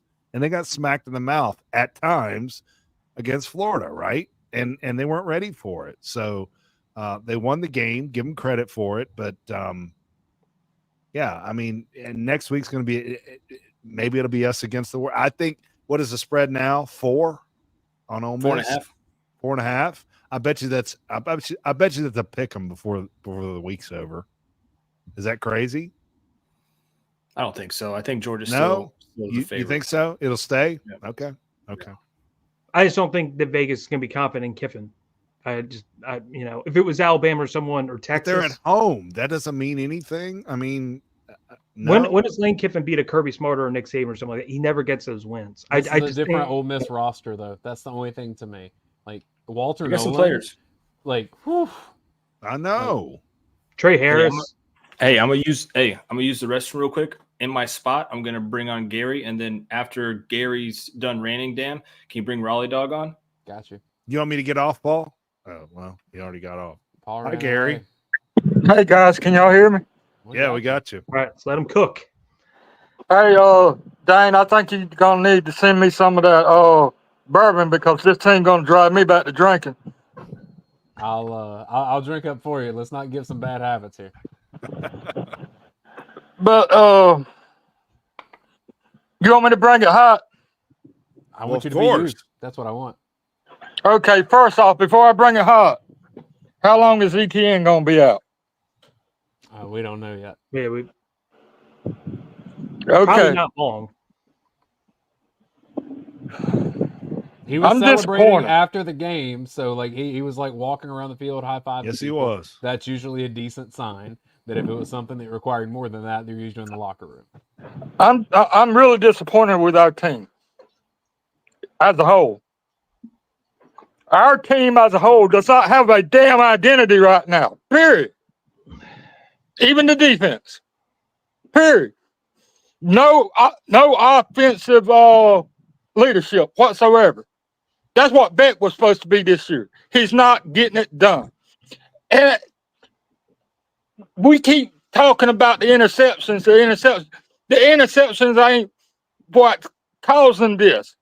The interceptions is making it harder, but him blaming the other damn people on the team for his mistakes. Yes, some of them may be their mistakes also, but he is supposed to be the daggum leader. It's supposed to be on him. Okay? You follow me so far? Yep. And yes, tonight would have been the night to bench Beck if we were going to bench him for Gunner for a few series. But you can't just bench a quarterback for just one series. If you're going to bench a quarterback, why? Hold it. Listen to me for a minute. If you bench a quarterback, you're going to have to get that backup quarterback at 2 or 3 series to get in a groove. Or it's for not. Unless you're just going to prove a point. I think you see what I'm saying? Point. I think you should have proven a point. I agree with you too. I agree with that too. But what I'm saying is setting for 2 series, not just or 3 series, just not 1 series. You see what I'm saying? Tonight was the night to do it, and tonight was the night to do it. And the fact that he didn't do it proves that we don't have the backup quarterback to come in and do anything. You do that for 2 or 3 series, and Gunner goes and scores 2 out of 3 as touchdowns. Then you have yourself a controversy. Okay. Yeah. Get this right here. You pull Beck for 2 or 3 series, pull Trust out of there, put somebody else in his position, and Gunner would have ran all over the hell over Florida. Period. I don't think he's that kind of runner like most people think. But you know what, Jerry? You keep cooking, Gary. But okay. But right now, we can't. We got what we got now. We're gonna have to make chicken salad out of chicken shit. Okay. And I ain't saying that Beck is a bad quarterback. He's not. Okay. He's making stupid decisions. Stupid change of plays. He's in his head. He's thinking too much. He's forcing stuff that shouldn't be forced. Okay? Follow me so far? 100%. Okay. Now then, when he's been playing his best football this year, it's been when okay, hold up. Let me step back for for a second. Okay. We need to be playing in tempo with him. Okay. He is playing his best, and there's several different levels of tempo. Okay. There's tempo just to be playing fast, not real fast, but fast. Then there's 2-minute tempo, and then there's 1-minute tempo. Okay. So we need to be in that slow tempo all the time if we're going to actually having him pass the ball where he can't get in his head to think and over analyze stuff, because that's what's happening. Okay. Now then, what else I would do with ETN out, and like I said, it ain't all Carson's fault. His receivers are dropping balls. His receivers ain't getting open. The interception, the 2 interceptions tonight, the first 2 wasn't on receiver, but that other one could have been. But anyway, that's besides the point too. But last year, even with Bowers, McConkey, is that Bowers and Glad McConkey. Glad being out half the season almost, both of them was, Bet did a hell of a lot better job last year than he is doing right now. Did he or did he not? Because of them. I mean, come on. And Marcus right? Jackson. Yeah. But even when they was out, he did better. And Emeritus That's what my point. Yes or no? He was better at the end of last year. Sure. But I was saying that it was a timing thing. But if it was a timing thing, it would already be worked out. Okay? It's not a timing thing anymore. If it's a timing thing, we're screwed. Period. Okay. But what I would do is, since Robinson is hurt and out for the rest of the season, most likely, we don't know when Ian Tim might be back. He might be back next week. He might not be. He might not be 100% next week. He might be. Put Bell back in the backfield. He ain't doing shit. He ain't doing shit as a receiver anyway. No, he's doing some stuff at receiver. Oh, no, you can't say that. Come on, Dylan. But Bell, I do think great. that he may be the team's best running back. Yeah, 100%. Well, I like Frazier, but he ain't quite there yet. I mean, on that lower reverse today, let go. I keep saying he's Cordero Patterson. Yeah, he is. That's a great comparison, Patterson. Dane. Yeah. What's that? That Dylan Bell is Cordero Patterson. That's what Gary may not know who that is. We need to be running jet sweep with Bell more. That's what I'm saying. Exactly. I agree with that. Exactly. And he don't have to necessarily be a running back to do that. You see what I'm saying? I got you.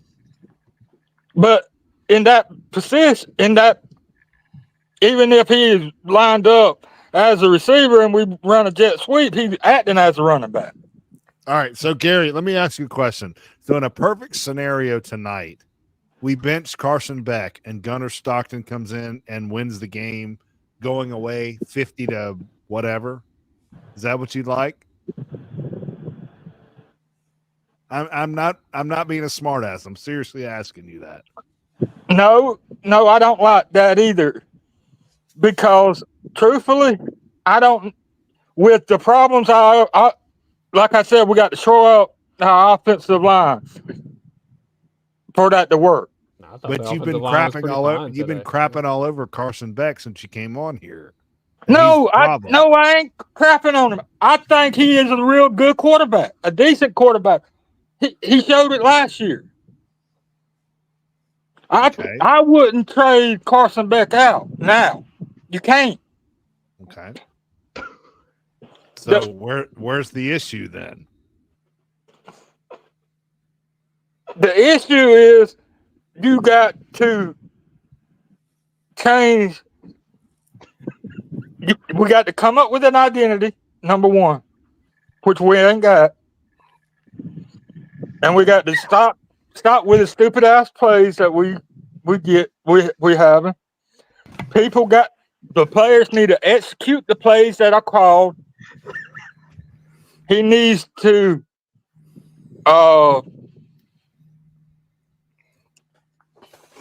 he needs to make better judgment calls on his check calls. Who does? Carson or Carson? Bobo? Yes. Oh, okay. Okay. Yeah. Gary, when did you become a Georgia fan? I've always been a Georgia fan. Why? I was just curious. I want to know your frames of reference for like little boy Gary as a Georgia fan. Yes. Gary, I appreciate you, brother. I've been a Georgia fan since I was baked in the oven, I guess. Come on now. Baked in the oven. Double G, I love you, brother. I got to get to somebody else, man. You've probably been a Georgia fan since you were baked out of the oven, too. Yeah, there could still be hope left if a little bit of something changes. But we definitely gonna have to run the ball some more. Yeah. And that's been my whole point. That's valid. I like that's that my whole point That's valid. From the start of the damn season. I've been telling y'all we need to run the ball more, and everybody said I was totally wrong. No, nobody said that. Nah, I don't think you're wrong. Gary, I've always said you're right every time. That's right. And will you do me a favor next week and call into Paul Feinbaum and be the representative of Georgia? Yeah, I would love that. I don't know how to get the Feinbaum. That's all. Yes, Good. you Okay, do. we'll keep you here. You can be our little secret. We can give you the phone If I can figure out how to get to him, I will. Well, yeah, like Ben said, we can give you the phone number. It's not that there's hard. a phone number to call in. Yeah. Eddie not knows that how to hard. call all the radio. I've done it. I've been on Paul's show. Yeah, Eddie's called to every show you can possibly think of. Yes, I've called Paul's show. Absolutely. But guys, I tell you this right here before I go. Okay. If Kirby Smart would have got on Betts' ass like he did Frazier ass after that chop and cutthroat, we have a totally different feel good situation right now. I'll just speak in the gospel. Hey, and some gospel. Some don't want to listen, Gary, and I appreciate you, my man. I appreciate you a lot. I got to get to the next fella. All right, later, guys. Y'all be blessed. Appreciate Hey, you. be Gary. blessed. Paul, I'm gonna slide out, my friend.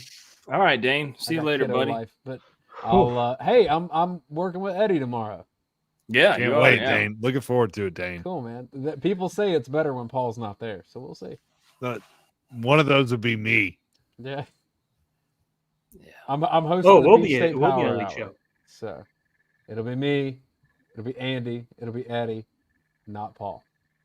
Yeah, I'm going to the big leagues tomorrow. Going to the TV. I know. We have to watch him on TV later. He's big. Will time you in give this. Reggie It's just okay. a hug that's a little bit too long and say it's from me?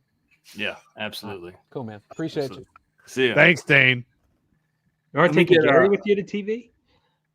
Let me get Raleigh Dog on here. Raleigh, we're going to have to make it quick, though, because we're trying to finish up, and I got Michael Bishop, but I want to get you on. What's up, my man? What's up, boys? What's up, I don't Raleigh? know how you can follow that up, but Yeah. Yeah. Good luck. I feel really nervous after that. I appreciate y'all. The man with the 1,000 light colors behind him. I know. It's amazing. Don't be mesmerized by it. What you got, Raleigh?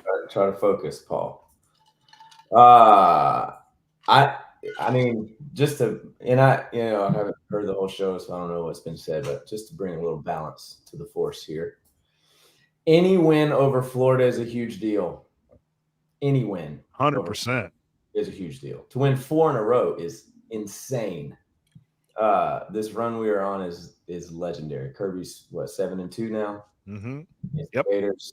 Do you also realize that Florida is now 0-13 in their last 13 games against AP top 2 teams? What's that date back to? I don't know. I just saw. You didn't go. That's You didn't the go end that of the far? stat. That's a good I stat. saw before the game they were 0-12, and I'm good at math. So now they're Nice. Nice. yeah. Nice. So obviously, like, just, that's the good. The good is it's always good to beat Florida. We should never ever try to overlook that and the run that we're on. Obviously, just so many bad, frustrating things. Mm-hmm. A couple of things that maybe have. I mean, we can talk about Carson. I feel like everybody's talking about Carson. A couple of things that I thought were also frustrating, y'all. I mean, I was livid every time Carson basically threw the ball, but the defense before halftime, those points that they gave up there was so, I don't know what, I was furious. Yeah, I mean, I said that at the beginning of the show. I said that was like the one drive that I was like, yeah, you just gave them 3 points. That's the one drive in the game that knowing they're going to run the ball, knowing they're going to run the ball. Like Kirk Exactly. said it on the broadcast. I think they just wanted to run the ball and get to the locker room, but and and that's the one drive that you can't let them get points because they get the ball the second half. Now they have momentum going into the locker room. We don't have this. It's not a 4-point game where a touchdown gives us the. That was infuriating.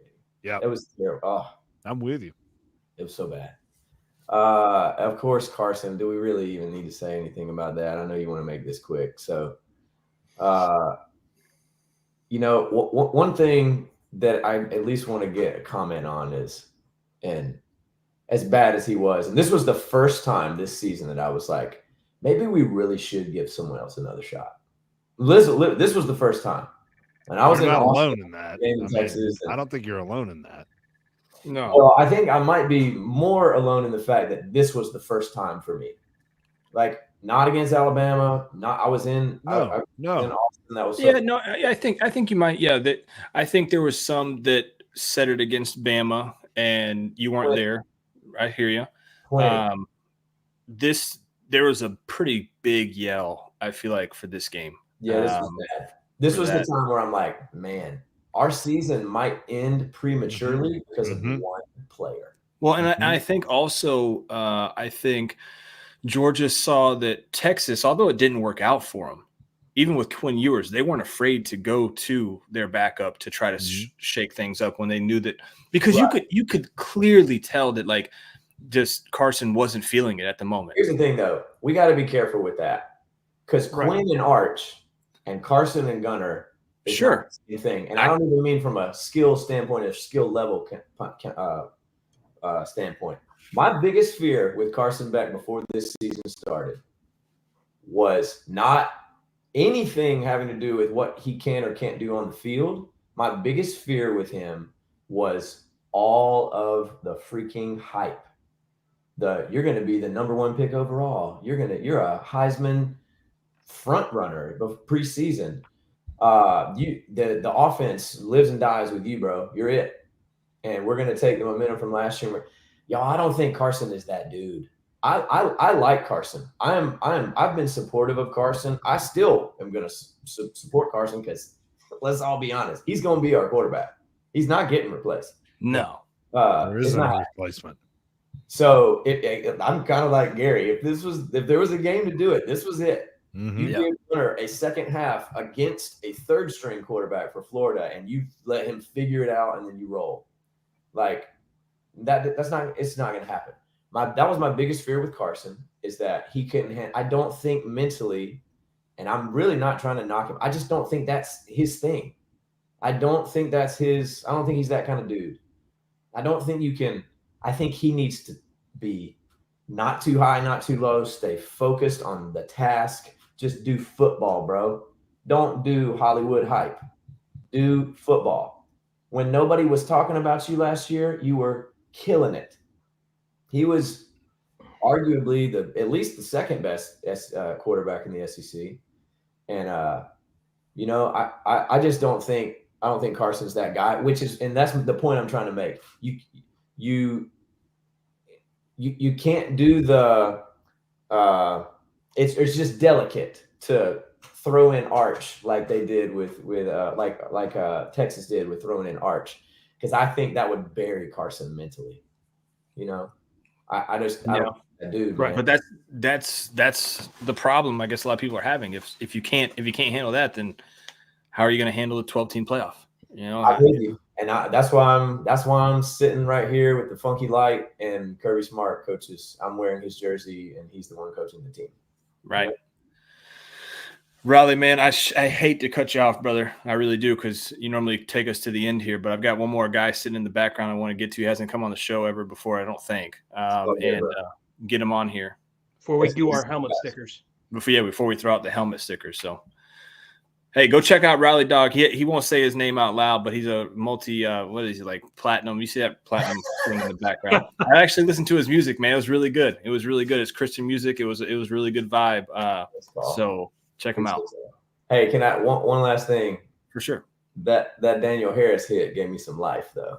Hey, I cannot believe they threw that flag out, and I was like, bro, if they call this targeting, dude, I was done. Bro, I literally said, if this is targeting, then what we're watching is no longer football. Yeah, I was like, that was a every Sunday Ed Reed hit, Ben. Your right. Ravens. That was every Sunday you saw one of those from Ed Reed, and the guy got up, they kept playing. They threw the flag. I was like, bro, no shot, dude. It was gorgeous. And if that was targeting, then every single tackle in that game should be just called targeting. It should be just, you know what? Just hope that it's an incompletion, because otherwise it's a 15-yard penalty. I think referees just are like, oh, that was a crazy hit. It must be targeting. Right. Yeah. That's all he could think of. He was like, damn, that dude rocked him. It's got to be targeting. There's no way he just made a clean tackle and knocked him out like that. I'm going to ask a quick question, then I'll get out of here. Do we see Dwight Phillips more? I don't think so. I think a little. If ETN's out, maybe a little bit. I don't think so, really. I think that was more of a gadget play for him, and you could kind of see Kirby Smart. It was almost Kirby was super happy about it. He walked over to him like, "Hey, young buck, like I told you we'd get you involved in a little something." This was the hey, you're not transferring touchdown. This was the hey, stick with us, But like we're not ready for you just yet. Bowens one then. Yeah, they've got to get Bowens one too. Yeah, if they want him to stay around. But yeah, I think that was what that was. It was like, look, young buck, like we know what you've got, but we're not ready for you just yet. But also, we don't want you to transfer. So take this end around on this 4-yard. I just wonder about his speed, though. He's the fastest guy. He's the fastest guy on the team. With Evans out, how long is Evans going to be out? Maybe Phillips can slide in. That's one of those. I think that's going to be one of those day-to-day Kirby Smart. That made a difference. Paul, you know that you brought up Anthony Evans. Like there were a couple times in Starks returned it where I thought he could have returned it for some yards. I don't think he was understand. being safe because he's not used. Like he was that in high school, but he wasn't used to returning kicks. That's why I think he played it safe. But he could have returned some of those. So he tried to return. He tried to return the first two, right? And they just didn't go right. And I was actually at a buddy's house watching. I left at halftime.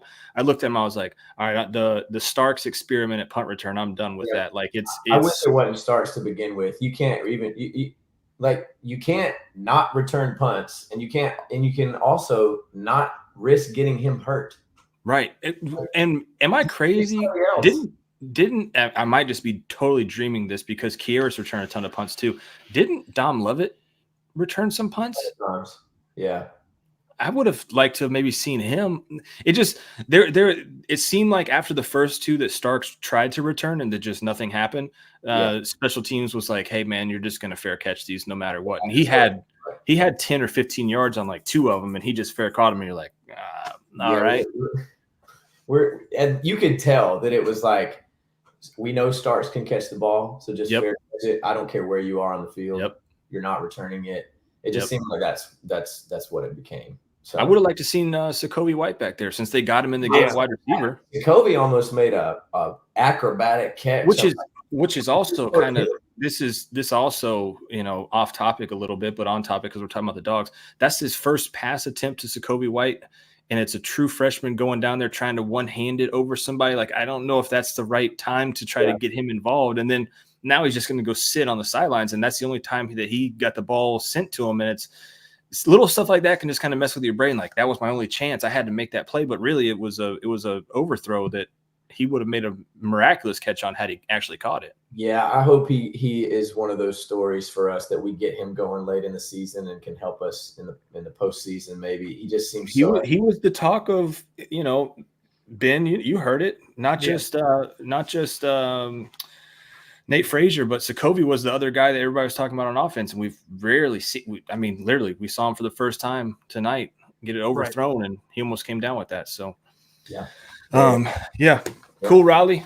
Much love, brother. Appreciate you. Take care. I was about to get rid of Ben's ass, not you. All right, see ya. Let me get this last guy in here. He looks like an avid fan, and after we get him, Ben, we'll throw a little helmet stickers and wrap this thing up, eh? Mm-hmm. All good. Michael, what's up, man? How are you? Hey, guys. Hey, thanks for fitting me in, man. I'll make it quick. Hey, that's a hell of a – look at that setup, dude. Oh, yeah, man. I got all the games. That's crazy. That's what Ben envisions his life to be like when he gets your age. That's Ben's life right there. Right. What's going on, man? Yeah, man. Big fan of the show. I always watch you guys, and I just thought I'd chime in tonight because what really got me to jump in here is the question of, can we win a national championship with Carson? And, I think it's an easy answer, right? The answer is absolutely yes. The upside of Carson Beck is there. Like, let's be honest, there's not many guys with this team that we've had playing quarterback in the last 25 years where the answer would be yes. As much as I love Jake Fromm, right? Like, Jake Fromm wouldn't give us much of a chance to win this year, and for all of Carson's struggles, I think Raleigh hit a lot of good points. I mean, Carson's like a mentally fragile guy, right? Like, he's like a guy that's like, probably his ears are a little bit too big, right? He's listening to the press clippings. He's sitting over there on the bench thinking about his draft status, thinking about what they're going to say about him online.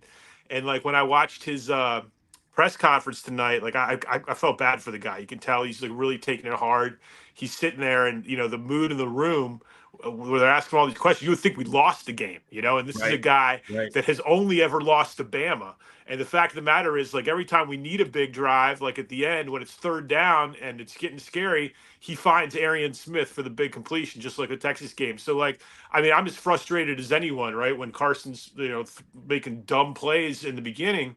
But, like, I think, this team, we put a lot on them. I mean, we don't have a great running back. We don't have a Nick Chubb or Sony Michel. We don't have a legendary defense, right? We don't have a George Pickens out there at wideout, or a Brock Bowers, or a Lad McConkey.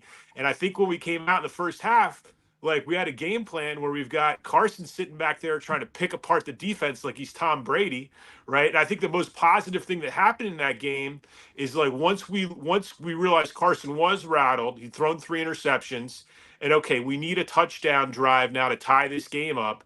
Bobo goes in his bag, and you start seeing screen passes, short game, jet sweeps. And I think that's going to kind of have to be the recipe for us moving forward, is when Smart talks about we've got to help him be successful. That's it, man. I mean, as much as you want to sit back here and put him back there, drop back, pick apart the defense, throw 50 times, be the man, like, he puts a lot of pressure on himself, man, because he's just, let's be honest, if he was like such an alpha dog, he probably would have transferred, right? He probably would have sat on the bench for a couple of years, Right. And like, he's a mentally fragile guy, and I think, like, it's important, like, especially like in the media here with stuff like you're doing here, is like, be as supportive as possible, and like, not forget that this is a guy that has only ever lost to Bama. And, he's got a very unenviable position of having to follow up Stetson Bennett and 2 natties. There are no real leaders on the offense. At times, the defense doesn't make it easy on him. Yet, you don't see Malachi Starks coming under the same criticism that Carson does. And Malachi has had a rough season. Like, this is a guy everybody talks about, first round Malachi. And I mean, has Malachi ever heard the phrase sudden change play? I mean, his IQ at sometimes, I'm just like, what is Malachi thinking? Like, stepping up on that, like after that turnover, and they throw it right over his head, And so I feel like there's a lot of pressure on Carson Beck, man. And like, can we win a natty with him? Of course, because his upside, because he can sit back there and deliver a laser and throw like a professional looking pass. But It's going to be on the rest of the team to like take some of that pressure off. It's going to be on Bobo to find ways to get the ball to the playmakers that aren't necessarily relying upon Carson as much. And it's going to be on the Bulldog Nation to kind of take some of that pressure off because the guy has rabbit ears, man. I mean, he hears everything. You can tell. Like, he's totally in his head. And, but, you know, I mean, as much as I love Jake Fromm, as much as I love some of the quarterbacks of the past, like, you know, a lot of the guys on this team right here, without an elite defense, without an elite running game, we wouldn't have a shot, man. But with Carson in any one game, we've got a shot. And that's the way it is this season. It's just like the NFL. You just got to win. You got to win the game by 1 point, you know, and we're going to have to find a way to win one of these next 2 games, get in the tournament, and hopefully we get a good draw, you know, and you look out there across the field and there's nobody out there, maybe Oregon, but there's nobody out there that's looking so good that you think on any given day we couldn't do it with Carson Beck at the helm. So all this talk about like Gunner Stockton, like, listen, we got no shot with Gunner Stockton, bro. Like, we got no shot with like anybody else on the roster except Carson, but he does give us a shot. And like, I really wanted to talk to Dane because Dane shouldn't be hesitating and having pour up his whiskey. You know what I mean? It's an easy answer. Can we win a natty with Carson? Of course we can, bro. Of course we can. Like, does he need to play better? Yeah. But everybody needs to play better. And like, you know, we don't have a lot else on this team. This is probably one of the most untalented teams that we've had in the past 3 or 4 years. You know, we don't have that talent at wide out or tight end or running back. You know, if we do, like, they haven't emerged yet. You know, so like, I watched that press conference with Carson tonight, and I as pissed off as I was during the game, I came away feeling kind of bad for the guy because you know, he won the game. You know, we won, and that's what we're gonna have to do. And you know, is this team up to the standard that Kirby's talked about the past few years? No, and that's why you don't hear Kirby this year talking about playing to the standard, because this team is not up to that standard that's been set in the past few years, and they're not gonna be. You know, but hopefully they can be 1 point better than everybody they play in these last, you know, half a dozen games we got in this season, because like, we've got a shot, man. So it's almost like I don't do it very often, so I don't know. But like when you go to a fancy restaurant, right, and they give you that palate cleanser at the end of it, you're almost like that palate cleanser, right? After all the garbage that we've put in our bodies and regurgitated out here, you're the palate cleanser at the end, the nice mint, if you will, to finish off the show and get everything back to a thought. Because you're right, I've said it. All you have to do is beat the next team by 1 point. And that's, I truly think, and you bring up a great point, Michael, and I'm glad you called in, man. You've got a lot of insight, and I'd love for you to call in again next week and week after. You're right. Kirby really hasn't brought up the standard. I think, obviously, if we can see it, then of course Kirby sees it, that this team just isn't like his previous teams. But I think he does realize, hey, I've got enough guys here that if I can coach this thing right and we can make this thing kind of form, I can beat just about every team out there by 1 point. And that's all you need to do. And I think we came very accustomed to seeing this Georgia team just blow teams out, right? That's right. And win by 21, 24 points. And we'd come on the postgame show and we'd even complain after that, but it wasn't anything crazy. We'd be like, yeah, you know, this, that, or the other, but they still won by 32, right? Right. Like, man, I wish you know, Kyrus would have held that block a little longer, so it would have been a 60-yard touchdown, not a 55-yard run by the running back. But this year it's like, they've got to go out there and play football. And if they don't play to a certain standard, they can be beat. But at the same time, you're right. I feel like they also can win against any team in the country. I mean, Clemson's getting blown out right now by Louisville. Yeah. You know, Tennessee's having a tough time with Kentucky, you know? Right. South Carolina's beating A&M. Yeah. This is just, I think, and it very well could just be a one-year thing, but I've said it for so long. This is just the way college football is going to be now. The parity with NIL is going to spread the talent across these teams, and you're not going to those. And I always just go back to the Alabama teams of like the 2010s, right, where they had 17 defensive linemen that only played their senior year, but then they were first-round picks. And then you had Georgia's 21-22 defenses where every one of those guys is in the NFL or was drafted, you know, very high. you're just not going to have that anymore. And I think that's what it's come down to. And the SEC's gotten tougher, right? Oklahoma's not where they're at, but Texas is pretty good. And every school has money, so they all can throw money around. I did this on a couple of shows back. Went to 2017 or 2018 recruiting, and there was, I think, 7 teams that had 5 stars. There was 32 total 5 stars. 7 teams had all the 5 stars. Last year, there was, I think, 21 that had a 5-star. So you're getting this talent spread across, and every game is going to be tough. It's going to be difficult. And if you don't have a guy like Carson Beck that sits around for 4 or 5 years to wait for his turn, then you're going to have to turn to a transfer quarterback. And some play out. For Cam Ward in Miami, it plays out. But there's numerous other transfer quarterbacks that it did not play out at the new school, and you have to bet on that. So I like it, man. I really appreciate the like I said, it was a very good palate cleansing, Michael. And I mean, we're all old enough. I mean, I'm older than you guys, but we're all old enough to remember a time when we could never beat Florida. I was in school in the late 90s in Athens, and it was miserable, Yeah. So, I mean, I think, expectation is the mother of all disappointment. But I think we have to understand the game has changed, and it doesn't matter anymore if you win by 20, 30, 40 points. I mean, to some degree it does, because there's still some judgment involved with how we're going to get seeded and everything. But at the end of the day, man, we got to win one of these next 2 games, and get into that tournament, and then anything can happen. But I do think it's incumbent upon Bulldog Nation and all the people with a platform and a voice to just let's take a deep breath here and let's support Carson, man, because he's a fragile dude, but he gives us a shot, So congrats to Carson Beck for beating Florida twice, bro, because a lot of QBs came through and didn't do that. So you're right. You're right. So let's get it done, man. Go Dogs, bro. Go Dogs, guys. I'll catch you guys next week and the week after. Come on next week, man. We'd love to have you. Yeah, right on. Thank you so much, bro. All right, guys. Peace. See ya. We ready for these helmet stickers? And that was actually very educational. It was a good, like I said, very good palate cleanse. That was a great debut. Yeah, that was a hell of a debut. Point by point. All right, so I'll give you 2 helmet stickers on offense and defense, and you can pick both of them before I pick my one on both sides. I'll give you all the low-hanging fruit.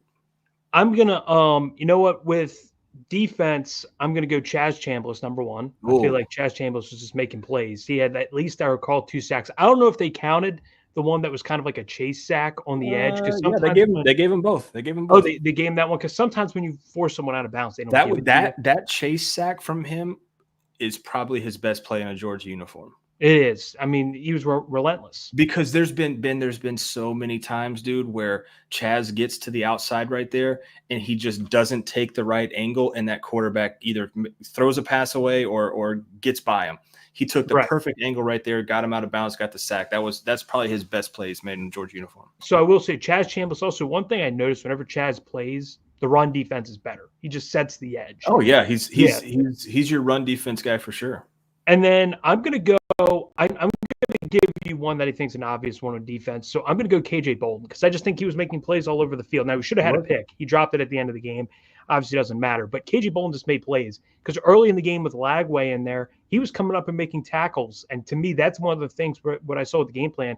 They had 2 linebackers and a safety who basically were all sitting on Lagway in the run game, even more so than what Georgia was doing against Milrose. So what I saw from KJ Bolden, great in coverage, and then he was making plays in the run. And then on offense, I'm going to go Cash Jones. I already said first overall pick here with helmet stickers, Cash Jones, because whenever he's in there pass protection, he's great as a pass protecting back, and he made that touchdown. When he scored that touchdown, it changed everything, because to that point, Georgia was doing nothing on offense, and he also should have had another touchdown if Carson Beck puts it on him. And then, you know what? I'm going to go cheating. I'm not going to go offense in my second one. I'm just going to go this one to give it to him. Peyton Woodring's a damn good kicker. So that's what, you know what? He counts for offense.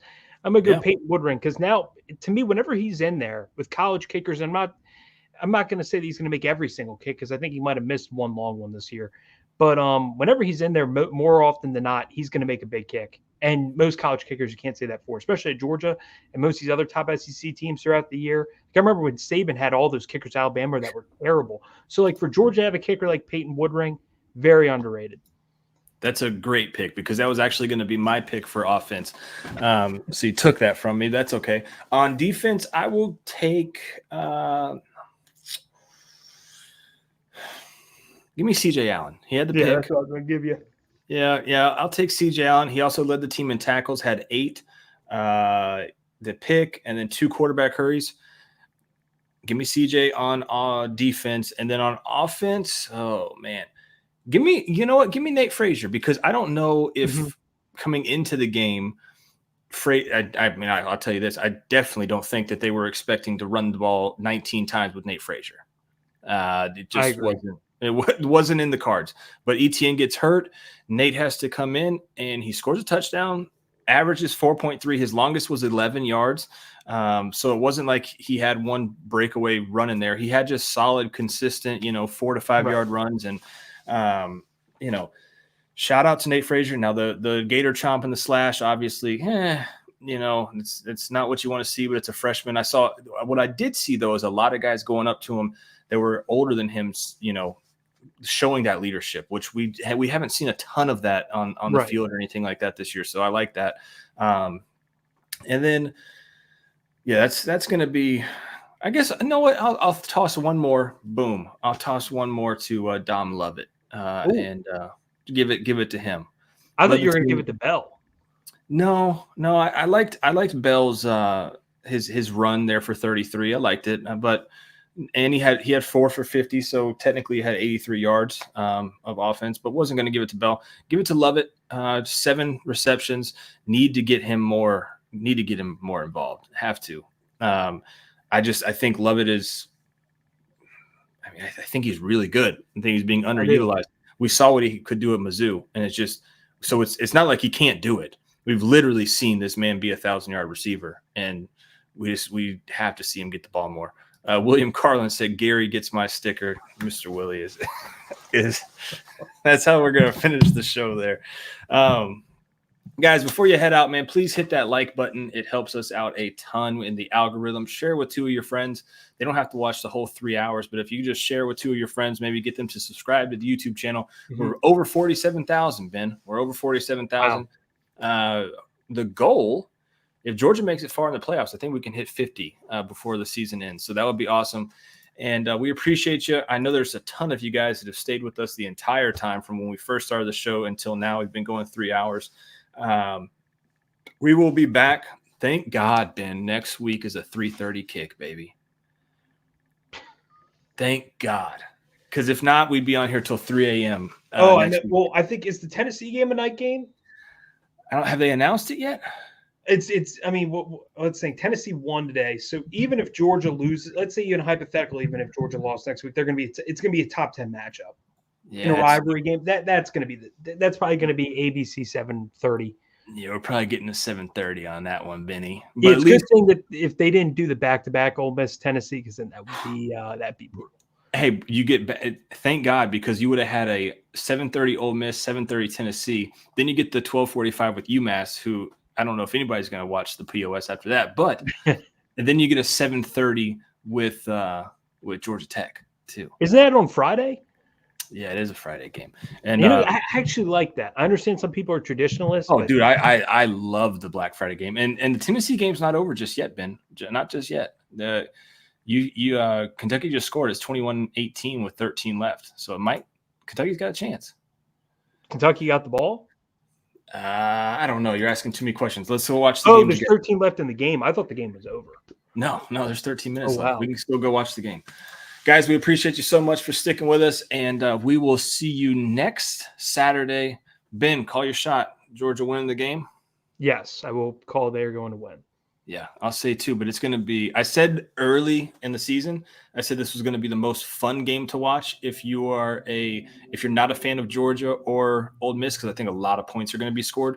If you're a fan of either one of those teams, you're going to have multiple heart palpitations. But I think if you're prediction, I'll go 34-24. I think it's like 35-31. I think it's a just back and forth haymaker. Somebody throws a pick. Jackson Dark throws a pick. Carson Beck fumble. Like, it's going to be nonstop action in that game. And then watch, it's going to be a damn 17. The reason I say 10 points is just because I never feel like the game always comes down to the last drive. It just never does. So that's why I'm never predicting that. I think this one does. This one's going to be a fun one. So we'll see you guys next week. I'm Paul Mahari. It's Ben Bachman, Postgame Overreaction Show presented by Benton and UGAsports.com. Peace.